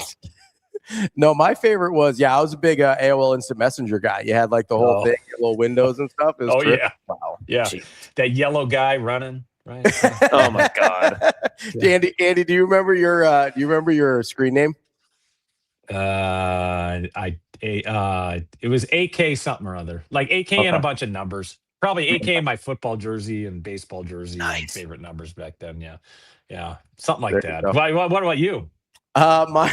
Mine was the Spanish word for blowhole. What? It was respiradero. Okay. San Diego. So yes. My brother and I always thought the word blowhole was really funny because it sounds dirty, but it's not. And one day in Spanish class, I just asked my teacher, I was like, "Hey, what's Spanish for blowhole?" Because I was 14 and an idiot. And so that became my screen name after that. Hey, there we go. Perfect. See, the things we know that we didn't even want to know, we know now. This is fun. This is good. It is. AK, Channel 7, KTV, ABC, obviously all that good stuff. With kind of the big national numbers that we should be expecting from Nebraska Volleyball's television appearances, all the big matches that they're going to be playing. I asked this to Lincoln Arneal yesterday, and it's something that our own Anna Bellinghausen has talked a little bit about, but do you think that this is a key season that volleyball could really pick up some more steam nationally just with the pace that it's growing? And obviously the new locations are going to, but there's a lot of national broadcasts for college volleyball's biggest brand. I didn't know if maybe that's something you had thought about entering into this season. Well, absolutely, and it continues to grow, and that's the interesting thing about it. And it's not just Nebraska, it's not just Texas. We got noticed yesterday that we have 2 matches on back-to-back Sundays coming up at the end of August on ABC and on KTV, and both matches feature Louisville. So that tells you all you need to know about how the game is growing, where it's not just Nebraska playing on national television. It's some of these other brands. And when Big Fox picks up, Creighton Purdue to show, that tells you something. And these early season showcases, I think volleyball has the right idea on these non-football early season weekends. Let's take advantage of these open windows and showcase the sport at the highest level. I mean, you telling me Texas, Nebraska is not going to draw a number 1 versus 2 coming up in Las Vegas on a Sunday afternoon when there's, preseason football? Or are you going to watch high level volleyball? And that's on Big Fox too. So that I think we're heading in the right direction. And as long as the numbers support it, it will continue to be showcased on network television and beyond. And there are more. Like when I'm looking at the Husker schedule right now, and it's like, Nebraska Public Media. Okay, that's normal, right? We normally get some Nebraska Public Media, but TNT, really? FS1, Fox, BTN. I mean, this is Nebraska volleyball is going to be on 6 different networks this fall. It's a good thing too. And I think that how they handle that early part of the Rockstar Tour will tell us a lot about this team. Andy, when you're looking at this volleyball team for Nebraska in particular, have you started to feel kind of like an expectation shift? Like obviously last year was a little different because it's the first year with DBK, even though you've got a really good team coming back. Obviously you've got this group that's been around for a long time. You don't have the coaching transition this year, despite how great last year was, didn't finish the way people wanted to. Like, I know that it seems like we're a little bit more forgiving about volleyball and expectations than we are in maybe some other sports. Do you see that in kind of the preseason this year, or are people starting to be like, hey, we probably need to win a national championship again here pretty soon? Well, I think that Husker fans hope they win a national championship. I don't know, and they expect to win a national championship. Now, I think this is the year too, and I do think that the expectations now this year is a national champ. Now they won't say it. I think this is outside noise, as they say.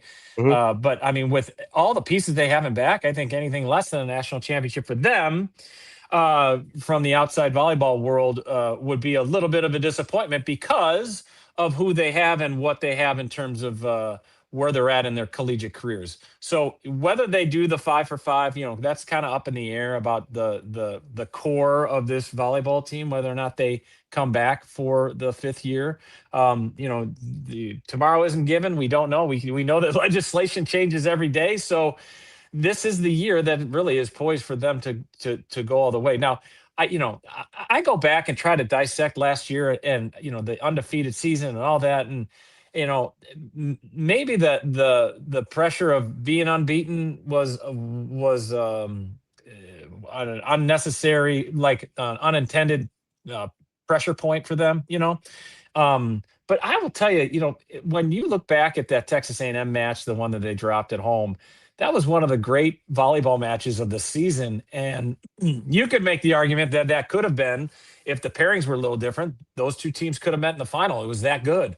So volleyball, sports are weird. Nothing is guaranteed. You got to go out and get it, and anything can happen, as the old cliches go. But I think this team is built for a national championship, and I think they should win the national championship. But that's just me talking.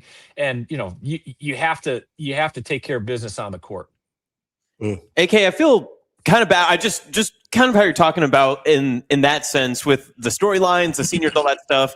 I know that you've got your fingers in a lot of different areas when it comes to KTV. You've got a really good team there just covering high school sports, Nebraska, Creighton, Omaha, the Huskers, all that sort of stuff. If you were to kind of put in a mixed bag of what are your top storylines that you're watching for the fall sports, just across kind of your entire KTV landscape, what are some things that you're most excited about, I guess, to follow, or questions you want answered, or something along those lines? Well, I always go about, prioritizing or whatever. What is important enough to travel to, and that's usually a good gauge in terms of the measuring stick. So obviously Husker football and how they adapt in year 4 is this the leap year for Matt Rule, or is this just another year that they get to 7 and people have some questions at the end of the year? That is the number one. I think until fans show otherwise, Husker football obviously in terms of priorities, that's where we're at. But Husker volleyball is gaining steam and closing the gap so much more closer than I started back 16 years ago. Actually, 16 years ago this week, fellas. How about that? Congratulations, Andy. Yeah, thank you. I don't feel a day over 11. So this volleyball thing is a really big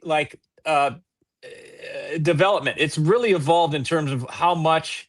I think the care from the fan base has always been there, but I think the care from the media, has just elevated because of the demand has been so high. Does that make any sense? Like, the demand is so great that we have to cover volleyball with maybe a tip of the hat to the football. Like, we at some points we cover volleyball just as much as we cover football, especially this early in the season. We'll see what happens. But in terms of Husker volleyball, Husker football, those are the two big storylines in terms of where our attention is going. But I am fascinated to know what happens with high school football this fall.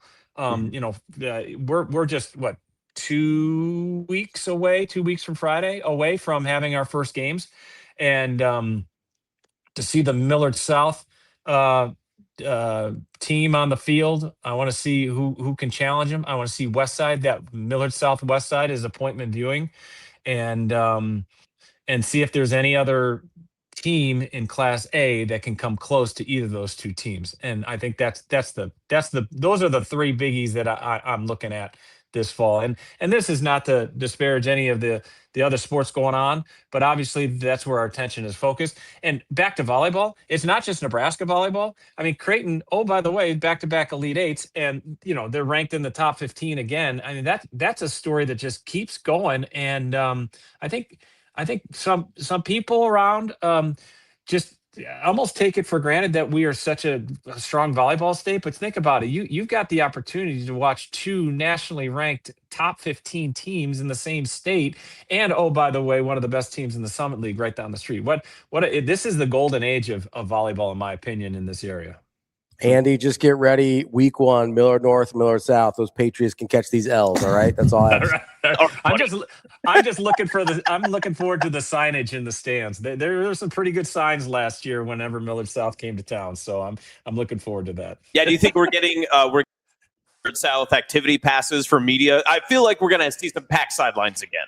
I think you're right, and it's going to be an interesting deal. I mean, this is what happens when all these great players converge. So let's see what happens. You know what I mean? It's like, hey, you're going to garner attention, and we're gonna cover this. So let's see how this goes this fall. It's going to be an interesting deal.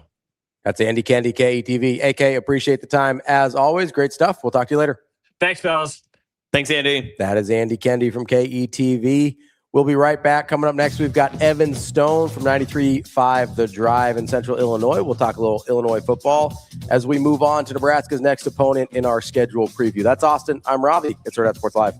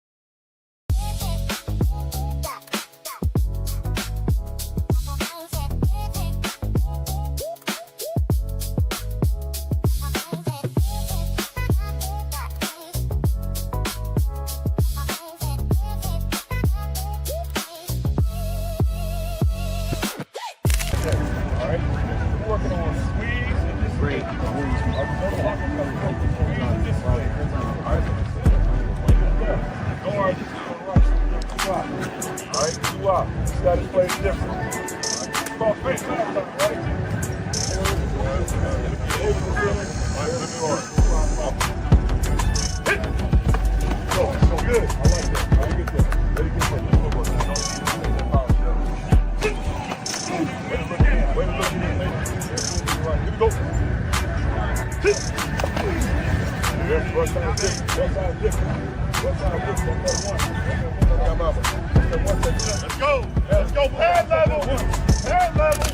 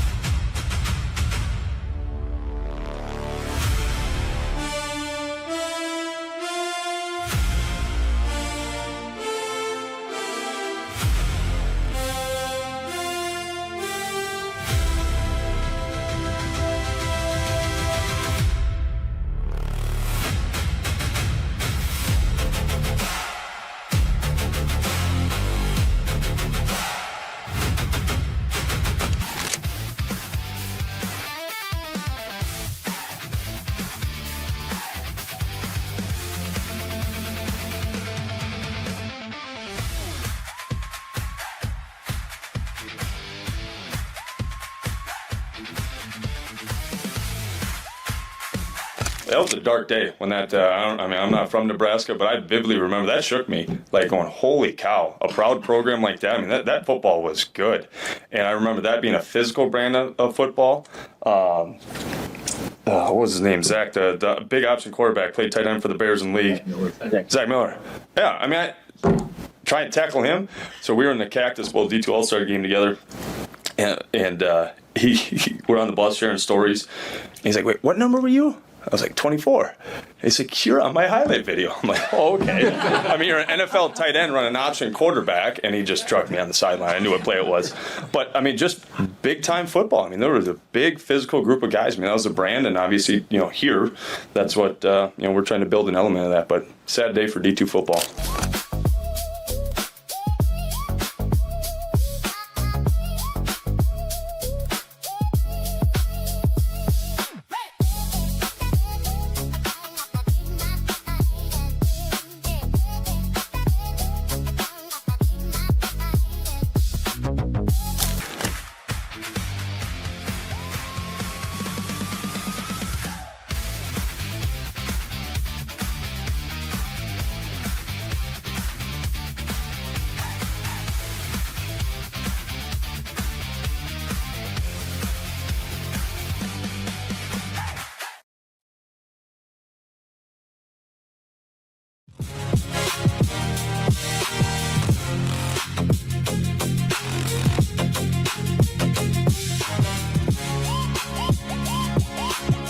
You're listening to Hurrdat Sports Live.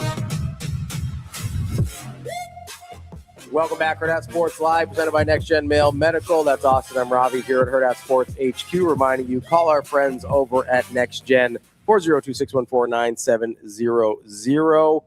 It's not just testosterone treatment. A lot of those places you go to, you're just kind of a faceless name. They prescribe your hormones. They get you out of there. Next Gen Male Medical will actually talk to you, see how you're feeling, and they're not just trying to write your prescription. They're trying to get you to feel your absolute best, whether that's with hormone therapy, weight loss, peptides, or anything in between.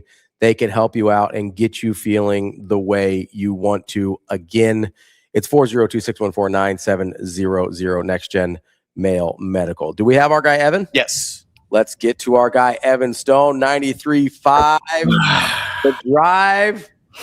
Stoney, what's up, buddy? How are we? Hey, what's going on, guys? How we doing?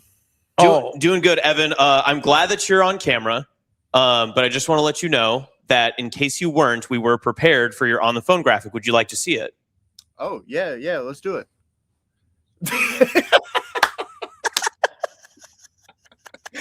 Listen, can you explain what happened here for our podcast listeners? For our podcast listeners, I know exactly what's happening here. So my wife took this photo, and Ravi and I we would only sit on the same side of the booth together, even if my fiance, girlfriend, wife was with us.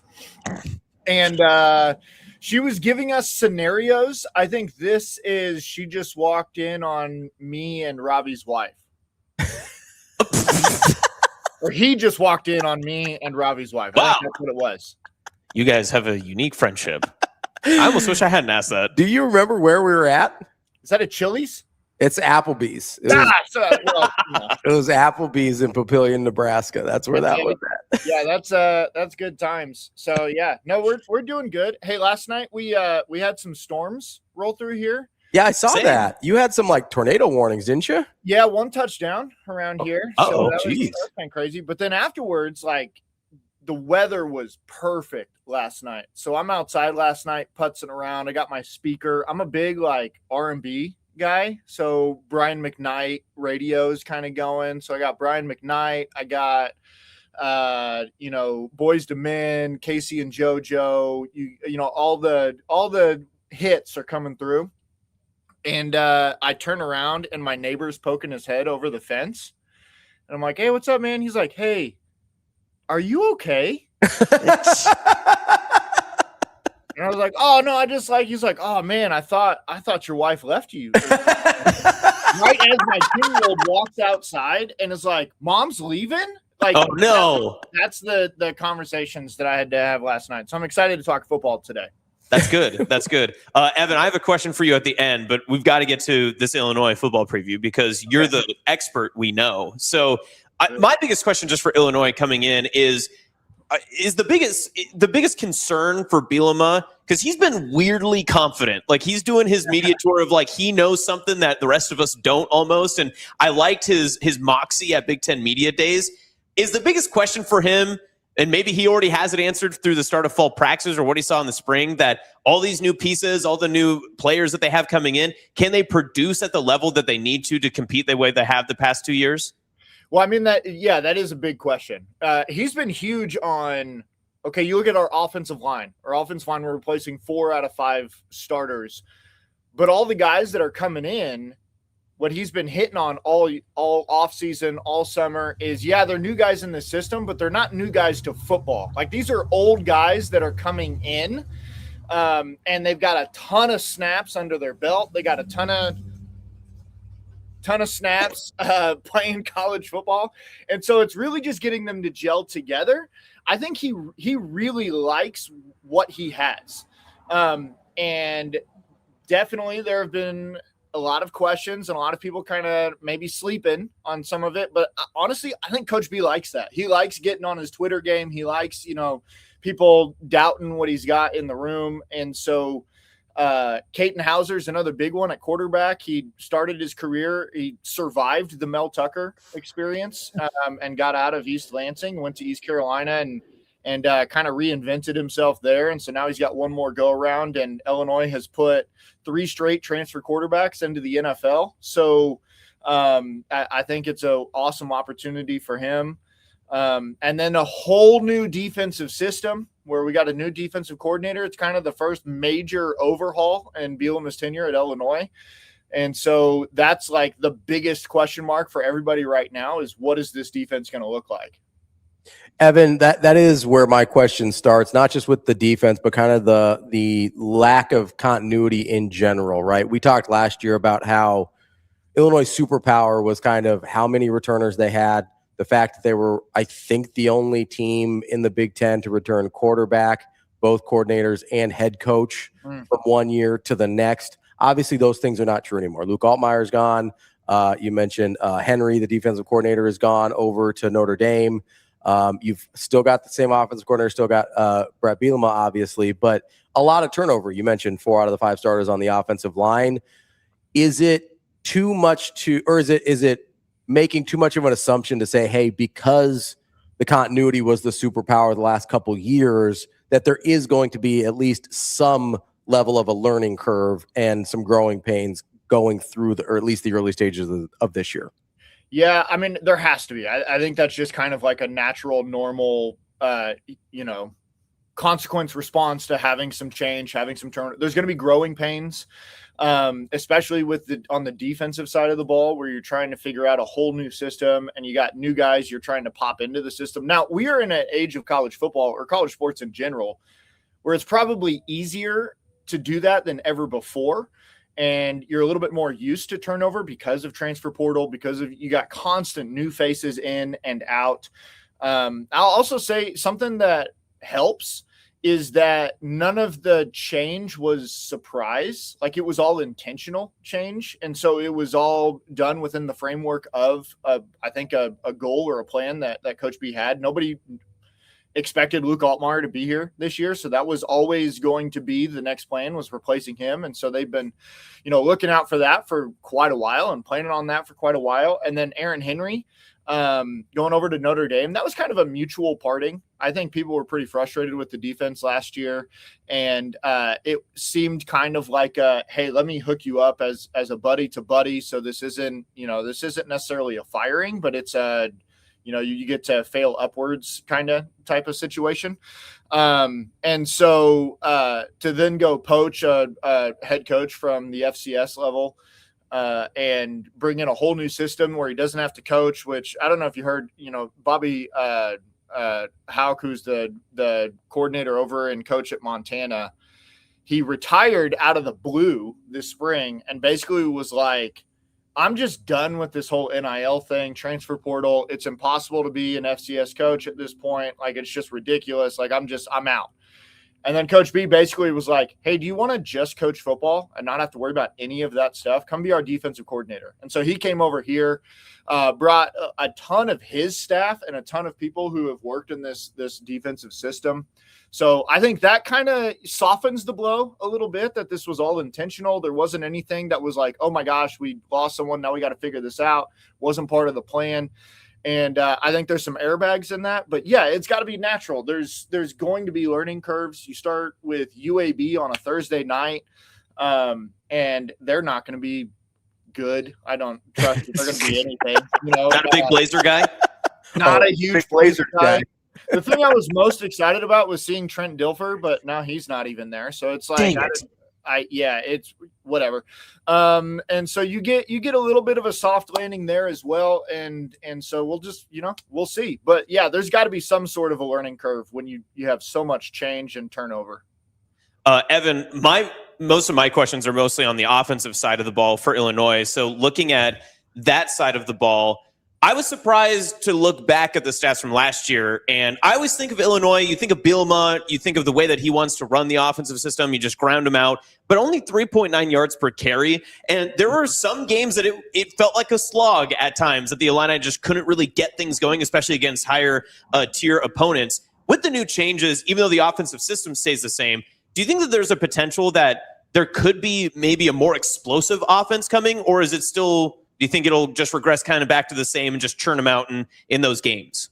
Well, I will say this. So Coach B's got that kind of reputation because of his years at Wisconsin, when he just had, like back to back tons of 1,000-yard rushers all over the place, multiple 1,000-yard rushers in a year. Like that was kind of the deal that they did at Wisconsin.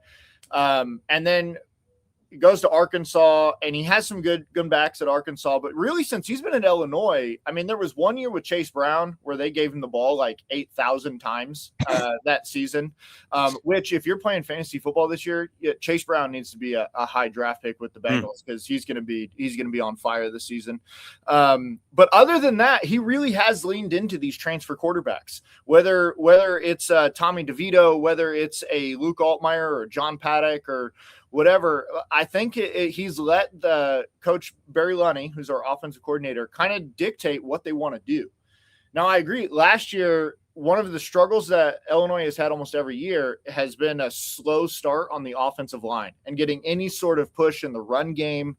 And last year, the running back room specifically, I'm not sure was what they wanted it to be. So a big change this year. DB would have loved this, but Pour one out. Wow. Yeah. He would have loved this, but Caden Fagan, who was their monster running back, has moved to tight end. So he's now a tight end this year. And just that dude who can run 21.5 miles per hour at 6'5", 240. Much like DB. Well, it's like popping in a VHS tape. You know what I mean? And there he is. So dated him. Well, he's not here anymore. So, yeah, it's like you just so you move him there, and now you've got in the running back room Khalil Valentine, who is a 4-star recruit out of Arizona. He's a junior this year. He's really got an opportunity now to take off. And at the end of last year, we really saw who he could be. Aiden Lawfrey, who's going to be kind of, it's that Khalil or Aiden, but he struggled with injuries, but he's super talented. But a guy from your neck of the woods who's making a ton of name in camp right now is Nelson Wheeler. Nelson Wheeler. Yep. Yeah. I mean, he's coming in and not as like a bell cow. He's not going to, get 20 carries a game, but dude is fast. Can you believe he was the backup on his team last year? Yeah. I don't understand how that works. As someone who wasn't a great athlete, but, like he's lighting it up in fall camp and practices right now. He's all over the place.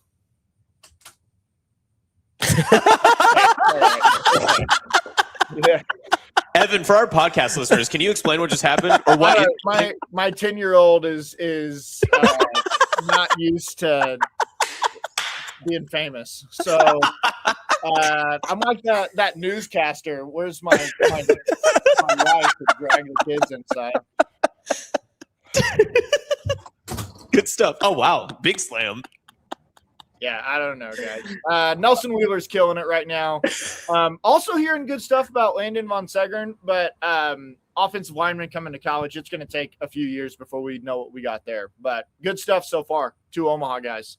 Evan, let me ask you about expectations this year because famously both you and Robert Rosenthal have talked to me about, the biggest hesitation when you like an Illinois team coming into the season is the fact that they just typically have not been good multiple years in a row. Yeah. Kind of broke that last year going 9-3 2 years ago, 8-4 in the regular season after that. But this is a team, and I'm not trying to be a hater here or anything, that has not made 3 consecutive bowl games since the early 90s, and that's the only time it's happened in their history. Is there, where does that factor in, if at all, when you're looking at the turnover of the roster, a little bit of shakeup on the coaching staff, and what the last 2 years have been? How do you bake that all together in setting expectations for what Illinois should be this year? Well, I don't know if you guys saw this or not. We just installed the largest Jumbotron in all of college sports. So that's good for at least 4 wins, I think. You're right. There's this kind of Illinois fan drop off where you're like, okay, we had a good year last year. Now we're destined for 5-7. We're destined for, 4-8. Now it downturns. We start looking to who's next. Genuinely, I think Coach Bielema has broken that in this fan base. I think expectations are now high. There is a lot of turnover, but there's also a lot of trust that has been built in. Okay, we'll see, we'll watch, we'll see what happens. They got a plan. They know what they want to do. So we're going to trust it right now. There's not it's a much better spot to be in when you have questions about what we've been talking about. Okay, there's been a lot of turnover, but a lot of the turnover that has come in has been guys that we wanted. We wanted these guys and brought them in versus what used to be where the questions were, okay, we got the same guys we had last year. Is there any chance they can be better? The answer was always no. But it's a better spot to be in. You talk about 19, including bowl wins, 19 wins over a 2-year span. I think that Coach B has broken records as a coach in all of this. He's already the 6th longest tenured coach in Illinois football history. Wow. He's 5th on wins list, I think. I do. There is a piece of you that might always hold on to that. But expectations are pretty high this year. I think if I'm looking at this team, and also to go back, because I don't know if I fully answered the question, I do expect this offense to be more explosive. I think Caden Hauser he's not Luke Altmaier. Luke Altmaier is one of the best leaders, gamers that I've ever seen in an Illinois jersey. That dude, when the game was on the line, you just felt confident with the ball in his hands.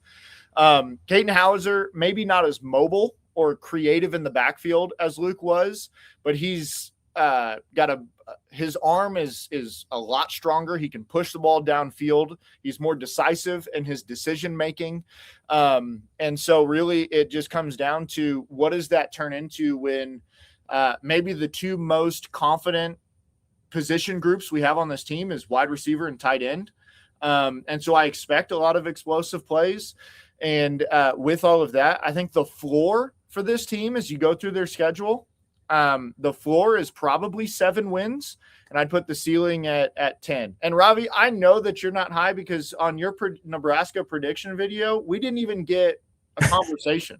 We just got this 3-game stretch. Illinois is in there. Yeah, they'll go through and go to the next spot. And I was like, we couldn't even get a 5-second. Ooh, they could be tough. They brought in some people, but we got that. And in my defense, Evan, did I or did I not exactly correctly peg Illinois last year, right? Because a lot of people were talking about, hey, possible playoff team.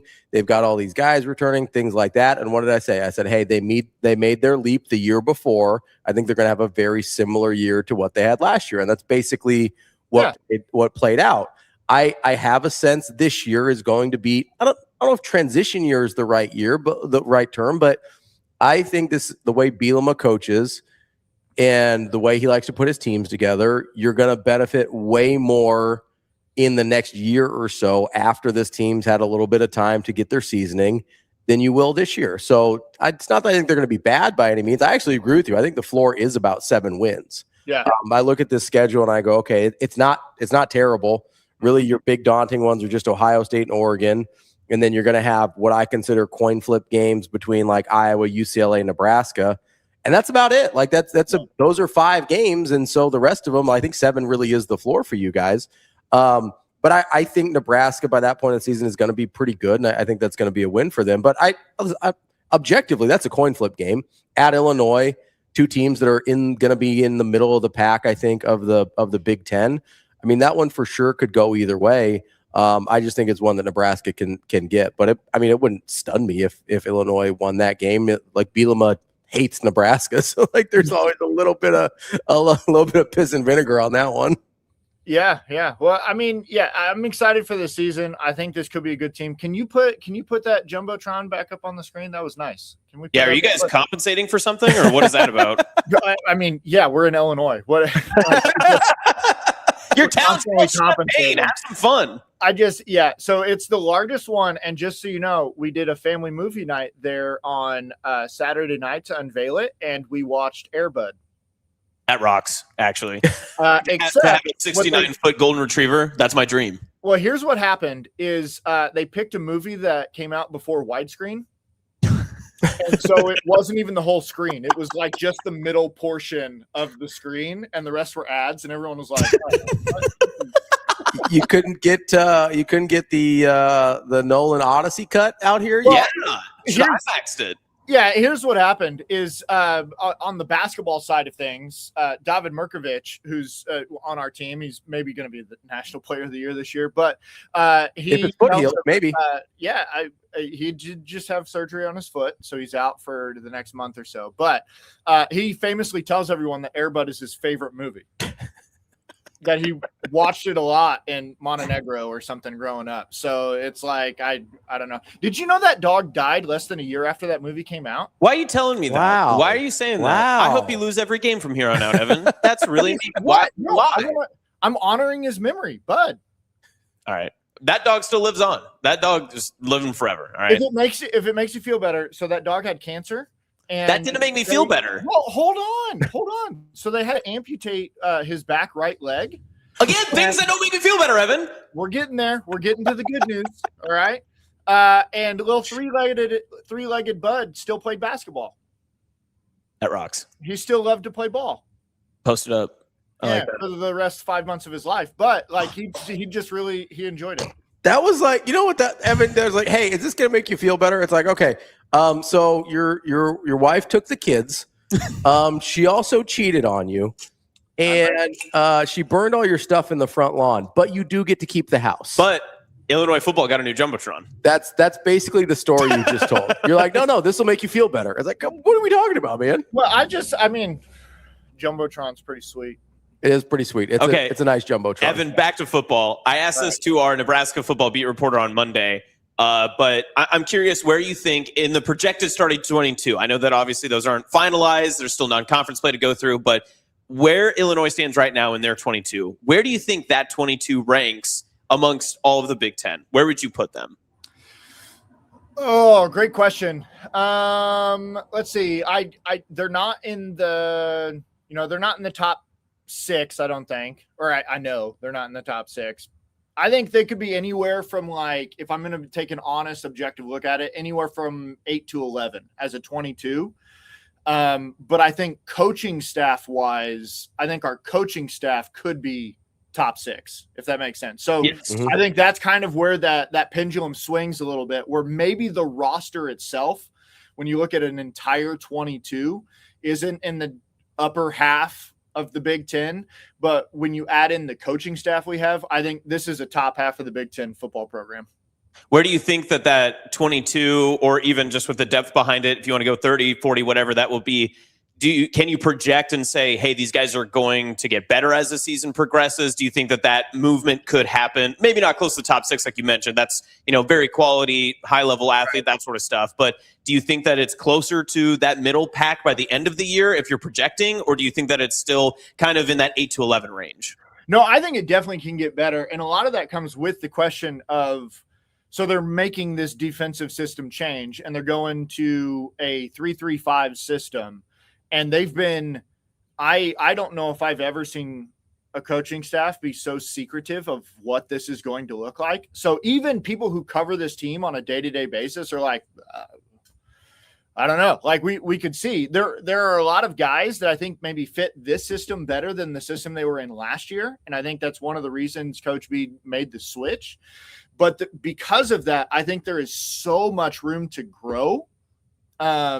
That by the end of this year, there's so much wiggle room on both sides where it's like, man, if this defensive system meshes, I really don't have a lot of questions about the offensive side of the ball. I feel really confident about that side of the ball, that they're going to be able to, put up 21 at least points a game. So the defensive side, can they gel? Can they grow? Can they feel comfortable in this system and terminology and just go out there and play versus having to react and think and all that? Can they just go play football? And if that happens, I think they have so much room to grow throughout the season. Evan, you said you don't have any questions about the offense. Is there, how do you deal with like a Caden Hauser jumping from American Football Conference to the Big Ten? Obviously, he's got a little bit of experience at Michigan State, but didn't play a ton and wasn't particularly effective when he was a young player at Michigan State. How do you kind of adjust for just the jump up in competition level from the American to the Big Ten? Yeah, I think it's a fair question. Listen, I'm not going to hold that year at Michigan State against anybody. Sure. Yeah. 100%. That was such a dumpster fire. But at the same time, he was a 4-star recruit coming out of California. So there obviously was talent there. Transfers to East Carolina. And you're right. Like American to Big Ten, best football conference in the nation. Maybe that's ever existed. Like it's a big jump. I don't think there's any questions about talent. I don't think there's any questions about the ability to run an offense, to lead an offense, to put up numbers, to succeed. I really do. Is the confidence there to make this jump back up? Your last experience in Big Ten football did not go well. Is the confidence there? And is the ability to just put your head down and go? And all reports so far is that, Coach Bielema took him up to Big Ten media days. So there's a lot of trust in him already, that from day one, when he stepped in the room, he was one of the biggest leaders on the team, that he immediately commanded the room, that he was confident, that he was ready to go. He was bringing people in. He got this happens sometimes in college, but mostly NFL. He grabbed a whole group of his receivers and tight ends and his center and flew them out to California over the summer for a 2-week kind of little mini just them camp where they were, running routes, throwing, taking snaps, all that good stuff. So, sorry, this is my wife saying, how long is your interview going to go? Well, as long as I want it to go. No, would never said that to my wife. I looked her in the eyes and I said,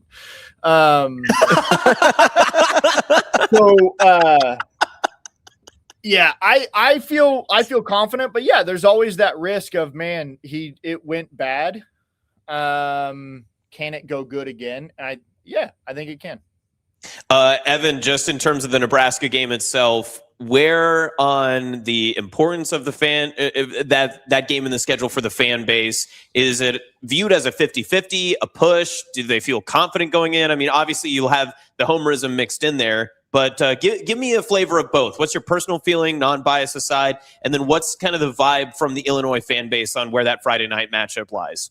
50-50 is probably the best way to describe it. It feels like almost every year that Nebraska game in Illinois fans' minds is like that swing game. Like that Nebraska game is okay, who are we?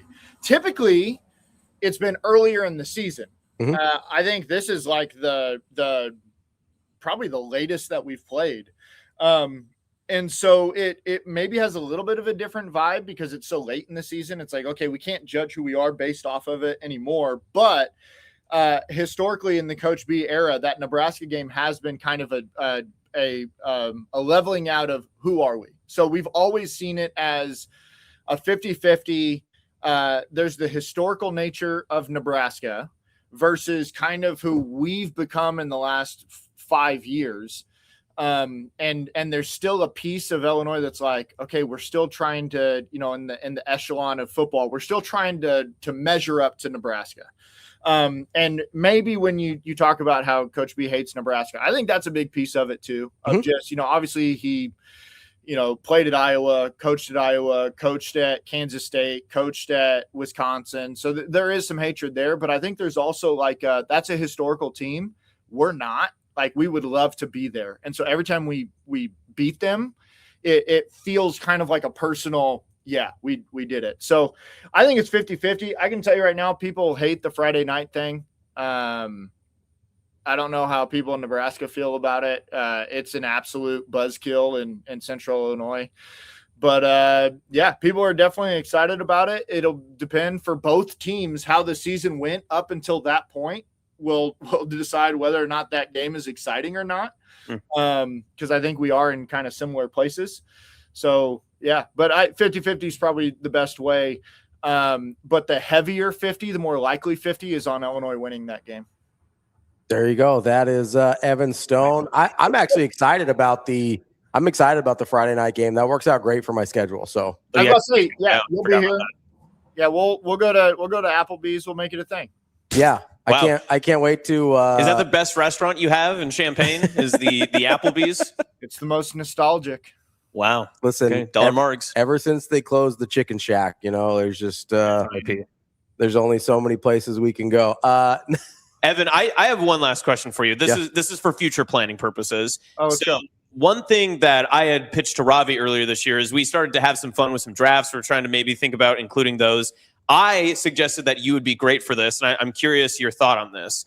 If later on, after the football season wraps up, maybe we do it next summer or whenever, would you be interested in doing a draft of building the perfect Big Ten football program where you get basically your categories are like your campus, your recruiting base, you have to pick a scandal of some kind that you have to deal with, maybe like leadership, all that sort of stuff. Is that something you'd be interested in? Oh, I'm all in.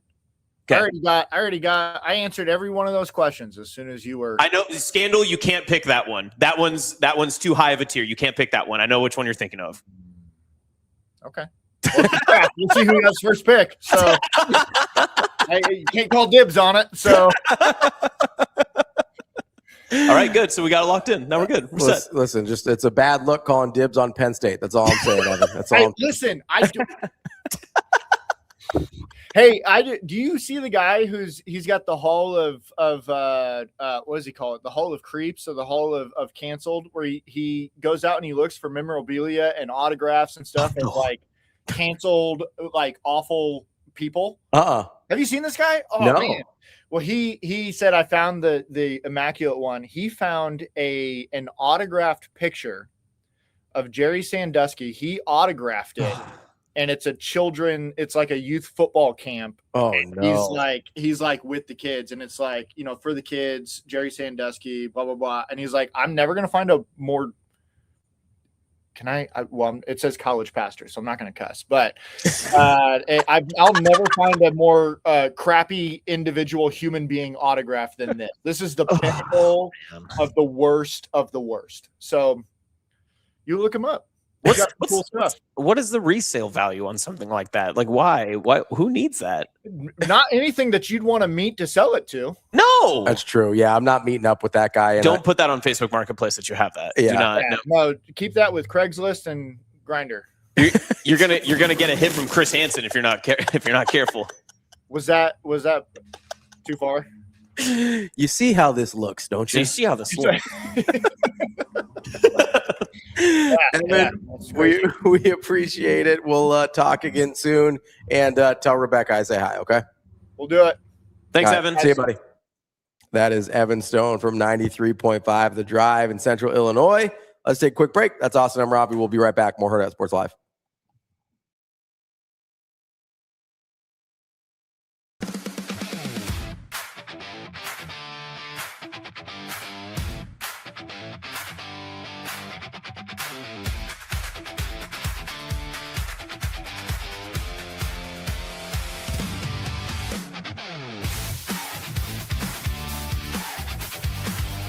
Why Nebraska? You had a bunch of different offers and visited a bunch of different places. Yeah, so I visited a ton of places, and I honestly loved a ton of places. Built some great relationships with coaches, and it was a tough decision. But Coach Jeep Wade said something that really stuck with me. He said, "When you wake up in the morning, the first team you think about, obviously positive. That's probably where home's at." And so I felt like the weeks after I was going on official visits, it was like I'm waking up and I'm like, Nebraska's home. They've got so many pros. I think the program's like such on the uprise, things that people don't see and things that people do see. So I just think that there's things like at Nebraska that, other places may not have had. And so I just think that that's kind of why I made that decision.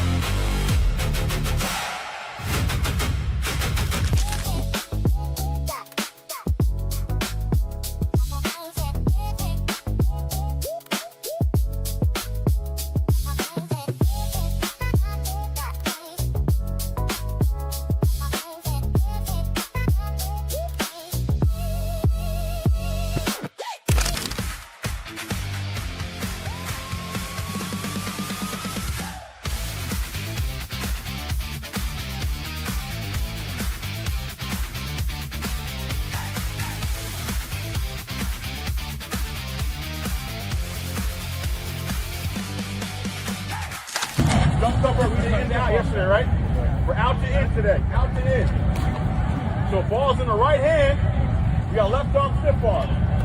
When they get through the plaster, pick the appropriate foot up. You guys good on that? We good? Yeah. Okay. Out to in. Plaster. GP, you're throwing. Coach Brown, you got the stiff arm. Thumbs up. Thumbs up.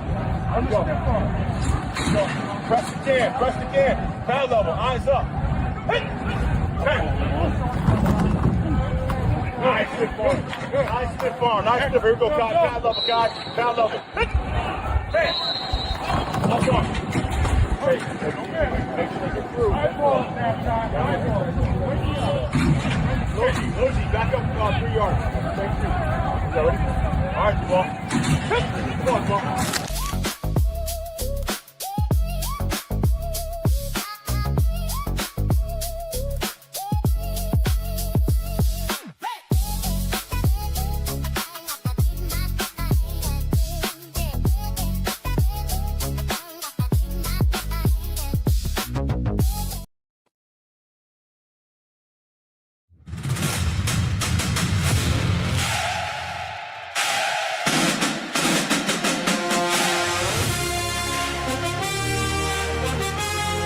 You're listening to Hurrdat Sports Live. It's like I came out of a coma.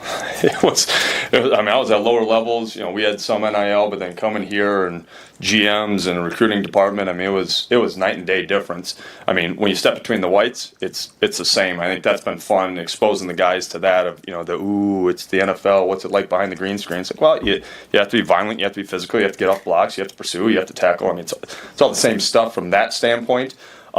But obviously, college football still hasn't found its footing, and you know, I won't speak directly on the grand scope of things, but I think we can all agree that the dust hasn't settled on it yet.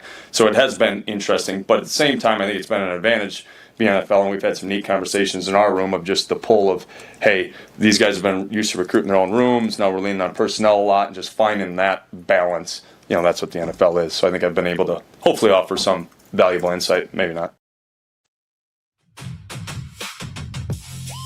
Welcome back, Hurrdat Sports Live. That's Austin. I'm Ravi here at Hurrdat Sports HQ. Reminding you, make sure you get out to Union Omaha. Go to unionomaha.com. They've got another match coming up on the 16th right here in Omaha. It'll be down there at Morrison Stadium. Make sure you go check them out and have a great time. Always fun to be out there at Union Omaha. Make sure you don't miss it. unionomaha.com to get your tickets.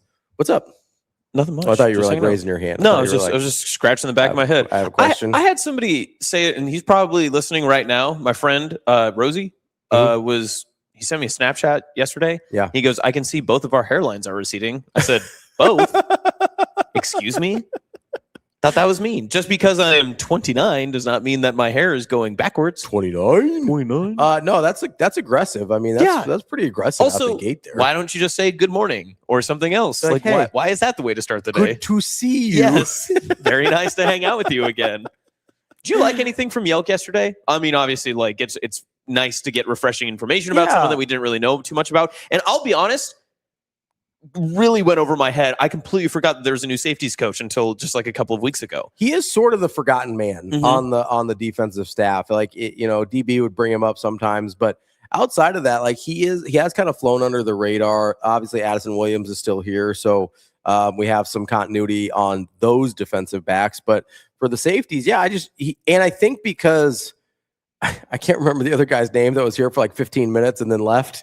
The Iowa guy that was like a GA and he had played there and then just showed up and left to go to the Ravens. Yeah. So there was that guy, and he got a photo. Yeah, that was nice. Good for him. You get Tyler Yelk in there. Like it's been kind of a weird spot. Obviously, you had Butler go from defensive backs to D coordinator, but he was still sort of doing some defensive back stuff too. So I do think Yelk is kind of the forgotten guy. I don't think we heard from him in the spring at all. I don't think so either. If I'm recalling correctly. So it was good to hear from him. I didn't think there was anything like earth shattering in there. It was just sort of, there's a guy that we didn't really know much about, but he is. Here's the other part: we're not going to hear from him again. Yeah, this will be the one time that we hear from him. He is leading a room though that I think is really important. We heard AK kind of talk about it a little bit there, and I think there's way more. I say uncertainty. I don't necessarily mean that in a bad way, just in terms of who's actually going to start and play. Right. Obviously Guthrie got a ton of snaps last year, although I know some people wanted to slap him. Ton of snaps last year. And you've got Dwayne McDougal coming in who has the familiarity with Orch's system. But there's a bunch of guys in that group that I asked Sam about this on Monday, I think, where that got a little trend online. I don't know if you saw that, but I didn't. Somebody quote tweeted the clip, and people were kind of chiming in about the pairings that you put out, and a lot of people agreed. They would be like, "That's a shocking lineup." I don't know that it is. I think that is probably the closest of all of the battles that you'll see in positions. And again, for starters, right? Yeah. For guys that walk out first snap against Ohio, against North Dakota, against Bowling Green, and then eventually Michigan State. I think that is the closest in that defensive back safety spot. And I think, and also cornerback too, but that's a different conversation. We're going to see a lot of those guys. I don't know how close cornerback is. I really don't. I think Marshall, the way they keep talking about Jeremiah Charles, I mean, you have to kind of buy the hype there. I think Marshall and Jeremiah Charles are your top 2 corners. I think I'm just projecting Danny Odom to be elite. I think Victor Evans is your 3rd corner. I think he's the next guy up, and then maybe Danny Odom. But and you have Donnie and nickel then. So I don't really know what to do with Donnie because he's too good not to be on the field. Yes, you probably want to get him on the field, but the problem is I don't know what he's going to look like as a nickel, right? When they moved him outside of where he was a boundary corner last year, he really struggled. I don't know if the simplifying of the defense helps that or if it's just something that's outside of his skill set to not play on the boundary. But we're also not considering that we don't know. I mean, we don't know, right? Because we're not in huddles and practices with headsets and all that other stuff, that we don't know that they have a unique position for him. Sure. And so Donovan Jones is kind of a guy that's up in the air, whether he is kind of that 3rd corner, and then Vic Evans kind of moves into the 4th corner, and Danny Odom kind of gets in where he fits in as a true freshman. I also think we are forgetting about Amari Sanders, who I think could still have something to say about that. And but I look at like a Jameer Khan. It wouldn't like I expect Jameer Khan to start. The fact that he was the first defensive back that they waltzed out there, I expect Jameer Khan to start. At this point, I would say probably a coin flip between Caleb and Dwayne McDougal to start at the other safety. I would flip that coin in the air and say that's where I would land on that. And then I think they really like Jason Shiggs. I know I brought that name up with Sam. That's kind of a name not a lot of guys are talking about, but I think they really like Jason Shiggs. So just general question. Is it a concern that you don't have solidified safeties? And again, I know someone in chat or someone listening is going to roll their eyes and be like, well, if any position, whatever. But in terms of like a defensive formation, lineup, all that sort of stuff, a lot of people discredit the value of a safety on the back end. Now, obviously, you can get burned deep on pass plays, all that other stuff. But again, that wasn't the concern from last year. It wasn't giving it. Yeah, exactly. So if you have safeties that need to cover on the back end, you feel comfortable about maybe where they were from a year ago, even with the new names. But is there concern for you that there isn't solidified guys back there, or are you comfortable saying, I'm cool with open competition and finding out who the best guy is? Yeah, so I think a lot of these guys are capable. So that makes me feel differently than because we've seen Donovan Jones play, right? I've seen enough of Caleb that I have no questions about him. Dwayne McDougal was pretty good at San Diego State last year. I am trusting what people tell me about Jameer Khan. So that's the one that is probably the least solid in terms of me actually having seen it with my own eyes. The Vic Evans tape from before he came to Nebraska is pretty good. I like him. He's a corner more than a safety, I think. But like there's guys there that I like what they've brought to the table, and more than just like, hey, they seem to like this guy. Seem like we've seen a lot of these guys or had an opportunity to see a lot of these guys before they came to Nebraska. So I think there's a little bit more comfort level there, but I do think it's going to be really interesting to see what versions of guys they go with, because each guy sort of brings a different skill set. I think Caleb is way better at getting downhill than almost anybody else in this conversation. It's an instinctive skill of his. It's what he is best known for and what his best attribute is. It's the thing that I've liked the best about him since high school is he gets downhill in a hurry with bad intentions. I think that really lends itself to the type of defense Rob Aurich is trying to play. Now, obviously, he's got the coverage skills and everything else, but like that's something where it's like, hey, that's why I want him over some of these other guys, and that's why I think he's in a position to potentially start in the fall, is because you talk about simple, fast, violent, like that's what Caleb brings to the table. And I think that's a really valuable, really valuable skill set that we didn't see from some of the safeties last year, right? Like you say what you will about Rex Guthrie, like he was a young guy. He looked hesitant at times. They also put him in a lot of coverage issues. And I mean, there was the Iowa game against some tight ends and everything. And when you are a safety, you're going to be asked to be one-on-one at different times, especially against receivers, tight ends, sometimes running backs. Yeah, you're going to be matched up in man-to-man coverages in that sense. But you also have to know your place in the zone. I think that there was a couple of times that they kind of left Rex out on an island. And I was one that I did publicly complain about some of the issues that came with Rex Guthrie. But after you go back and kind of watch, I think that there were some times that, again, I still blame a little bit more on the scheme, because there was just too many times, I think, all around, guys were just in bad positions or put into bad positions and expected to be like, you're going to make the play because you have to, because the playbook says you do here. I think there's two things that can be true at the same time, right? Obviously, I don't think the scheme consistently put guys in a position to be successful often enough, especially later in the season. And I do think there were some things that Guthrie and other guys struggled with, right? That's fair. Completely fair. I think both and of those I don't think anybody would disagree. I think both of those things are unequivocally true, right? And so I think that's the hard part when evaluating some of these guys, and kind of what I brought up earlier, where it's like, well, we don't really like how the defensive line looked, right? We don't like how they played. How much of that is those guys aren't good enough versus they were consistently not being put in a position to be successful? If you put them in a position to be successful, they actually are talented enough. Are you talking the defensive line to the defensive backs, or the defensive backs to the defensive line? Well, both, really. Okay. I mean, but defensive line is the one that got the most pushback, right? That's the one where it has to start. And that's where we are the least confident at the three levels of the defense that there actually is the talent. I think we are the least confident in the talent in the defensive line room. Who's we? Like the fan base in general. We're the least. So we're the least. You're saying the collective we, the royal we, of the least fan confident base in the defensive line out of all three levels in the talent level. We think that's the worst talent level of the three levels. I think we actually feel okay about the secondary. I think we don't exactly know who's going to play, but we feel okay about it. Okay, so if you go linebacker, secondary, D line.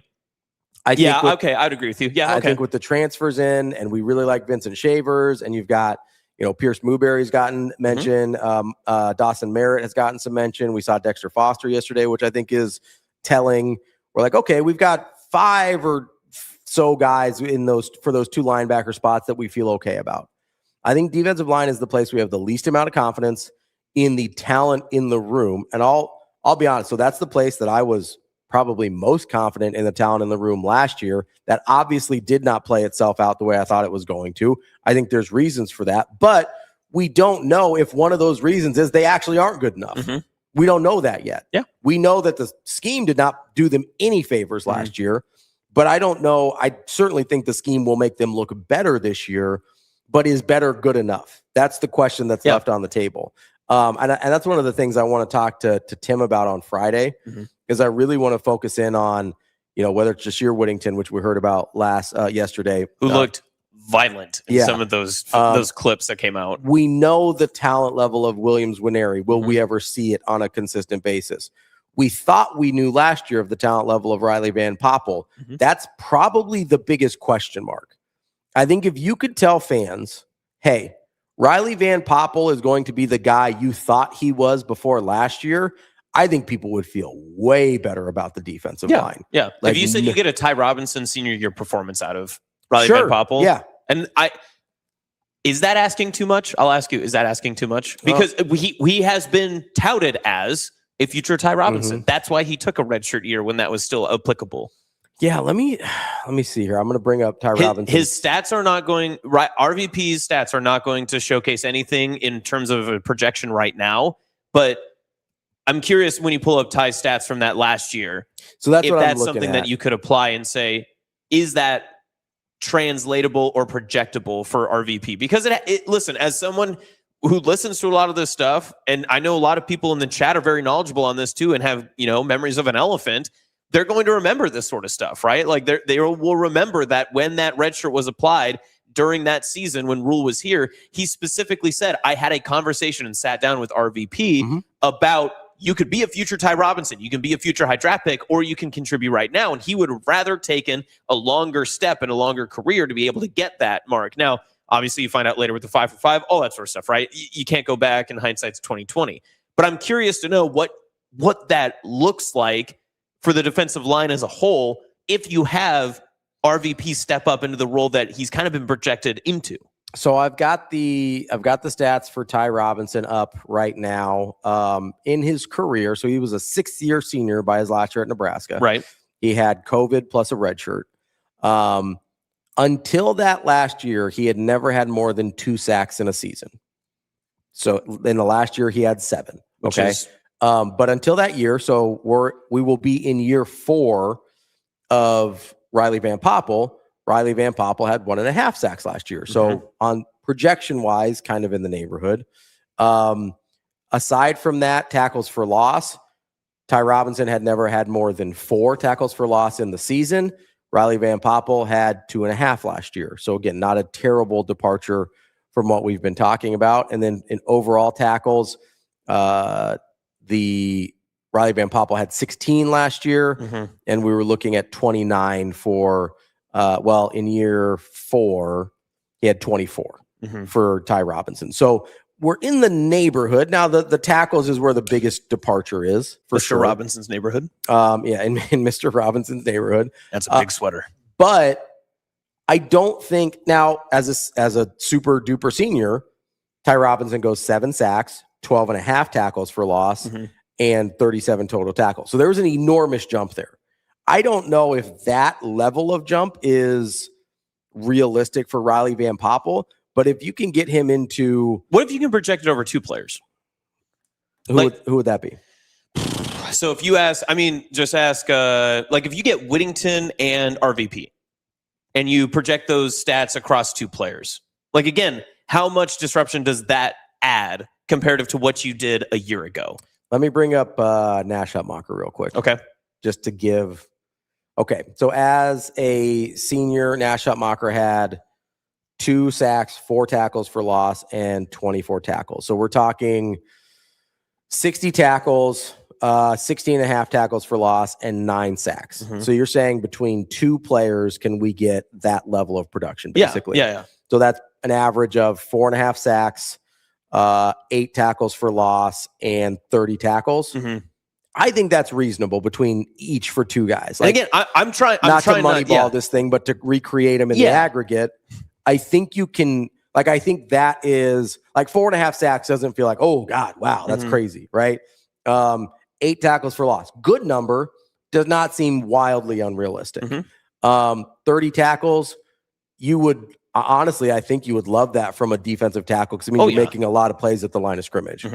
So that one maybe is on the highest end of those numbers for me, but I do think there's something to this idea that we're talking about a 4th-year player in Riley Van Poppel now. I'm looking at Ty Robinson's stats right now. We were not impressed through even 5 years, really, but certainly not through 3 or 4. I think we do forget often that the conversation was, when are we going to get Ty Robinson, and at a certain point, we just didn't think we were going to. Yes. Which is fair, because through 3 years, we're talking about 2 sacks, 2 tackles for loss, 2 sacks, 4 tackles for just not a lot of production there from a guy that ended up being really good and hard to replace. And an NFL draft pick. So that's the guy. So Riley Van Poppel's the guy to kind of get back around to this. Riley Van Poppel's the guy where I go, hey, if you told me, let's say 4.5 sacks, 8 tackles for loss, and 20 to 25 tackles, I think people would feel way differently about the defensive line because you're like, oh, maybe they are good enough. Because again, we feel good about the talent of Williams-Nwaneri. Whatever that ends up actually looking like, we like his talent. I think we're willing to hear out the talent on Jashir Whittington at least. Yeah. Oh, yeah. The one that we really, really don't know about is Riley Van Poppel. I think we kind of assume what we're going to get for Cam Lenhart. Super solid, going to do his job, probably not going to put up a bunch of stats. I think that's sort of where we land on Cam Lenhart, and we're all sort of okay with it. But Riley Van Poppel's the one where it's like, hey, if we could get a little more disruption from you, I think it changes the entire landscape of how I feel about that defensive line. Well, and that's how I feel about Williams-Nwaneri. And I refuse to get off the Nwaneri train until proven otherwise. Until he legitimately walks off of Lincoln's campus for the final time, I don't think I'll ever not say, man, I really hope he can get to that double-digit sack threshold. If he can get that 9.5 sacks that Randy Gregory had, I think his senior year or his last year in Lincoln, if he can get to double-digit sacks, a pass rusher or that disruptive of a player is such a significant impact that you can't 100%. measure, right? Yeah. And again, you talked about creating in the aggregate. Like if you have multiple guys who are making plays, awesome. But there's something about a game wrecker, a guy that just completely annihilates a game plan, and you go, we can't go to this side of the field. We can't read RPOs because he blows up our plays. All that sort of stuff. And Nwaneri is the guy that has, again, because of the 5-star, because of his projection, because of his talent level and everything that he's been evaluated as, that's the guy that you have to look at. It just hasn't shown up. And again, I had issues from last year when you go back and watch the games. His Michigan State game was his best game. That's just because he just physically dominated people. Yeah. He could not physically dominate the rest of the Big Ten Conference. Now that he has a new defensive line coach and he has new eyes on him, maybe there's something that opens up with him. But I think, again, you can say RVP. I'll say Williams-Nwaneri, even with who knows what else is like happening in that defensive line room if we're going to get a name that pops up. But just because of pure projection, if you get a guy that can be as disruptive as we have been told in whispers of Williams-Nwaneri, that's the guy that can make the biggest difference on your defensive line. So I agree that he can make the biggest impact. I think in terms of fan perception, getting if you got a certainty out of Riley Van Poppel, that would change how we feel about the group in general. Okay. Now, if you gave me a certainty of, hey, you're getting 10 sacks from Williams-Nwaneri, like, yeah, that would change how I feel about that group as well. But we don't actually talk that much about quarterback pressures from that group, right? We talk a lot about stopping the run. When we talk about the defensive line, most of the issues people have is about stopping the run. Hey, they were too small to stop the run last year. We actually don't complain that much about getting pressure on the passer, which we probably should complain more about, to be fair. Like I agree with you. If you can get a guy that makes it so you but you can consistently get pressure without having to blitz. Yeah. Totally changes the entire dynamic of a defense. Yeah. Pressure rate is the important stat. Yes. More so than sacks, more so than anything else. Pressure rate, being able to consistently generate pressure with 4, I think is the biggest game changer on any defense. Williams-Nwaneri is the most direct line to say, hey, look at where this guy is. Look at his skill set. He seems like the most logical place to be able to get that thing that we want, which is pressure with 4. I agree that is the most disruptive thing that could happen.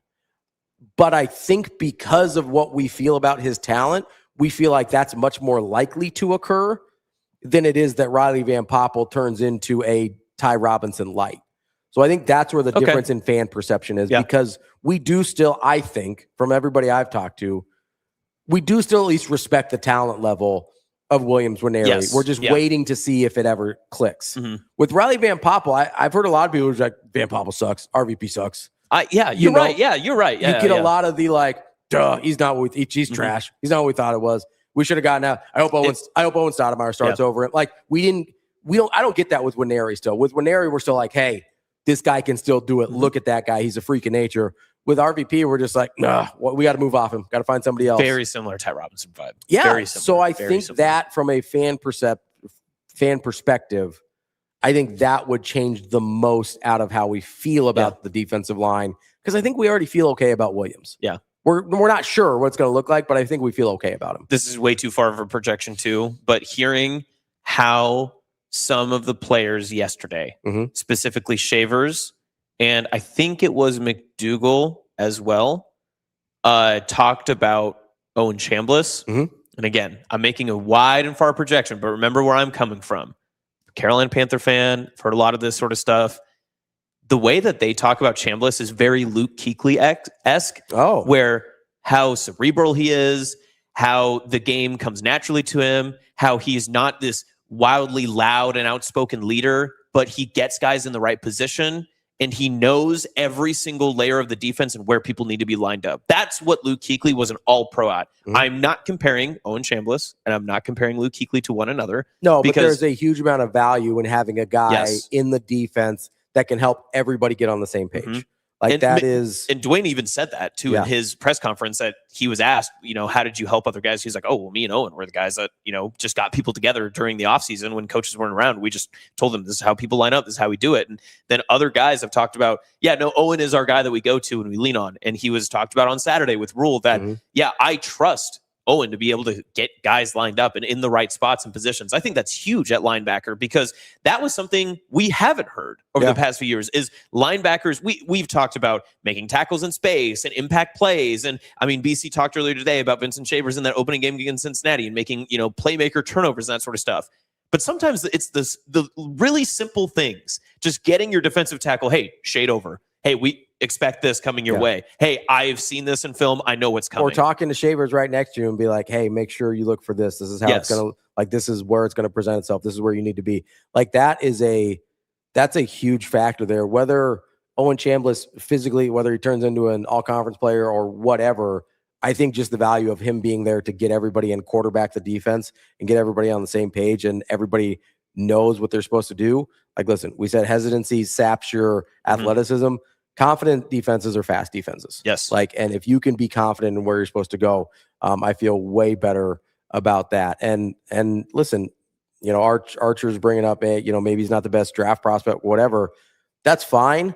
There's a lot of really good college football players that aren't good draft prospects. Yeah, listen, and linebackers are a great example of that too. Yeah. There are hundreds of fantastic college linebackers that did not get drafted, never had great NFL careers, but I think, again, you set up everybody else for your success from middle linebacker, and you are the quarterback of the defense. You set up a lot of other players for success. Does not necessarily mean it translates into your professional career, but it does mean that you can have a lot of success in your college career, and you can set up others for a lot of success. And I'll put Luke Reimer in this category, right? How good was he in the Tony White defense? That's not a guy anybody was talking about as a draft prospect. Now he did get an opportunity in the league because of how good he was, but like that to me is where these things are important. Like, yes, I understand having pros is important. I also understand that having guys that understand their job and can execute it at a college level sometimes doesn't always look like what pro teams are looking for. And sometimes they don't know it's what they're looking for until they see them do it on a big stage. Nobody was looking at Luke Reimer coming out of his junior year or whatever, but guess what? He got an opportunity in the NFL. Maybe Owen Chambliss is the same way. I don't know, but I do like having a guy in that spot that can confidently help get people in the right positions to make the plays. Yep. All right, that's the show for today. We will be back tomorrow. That's Austin. I'm Ravi. It's been Hurrdat Sports Live.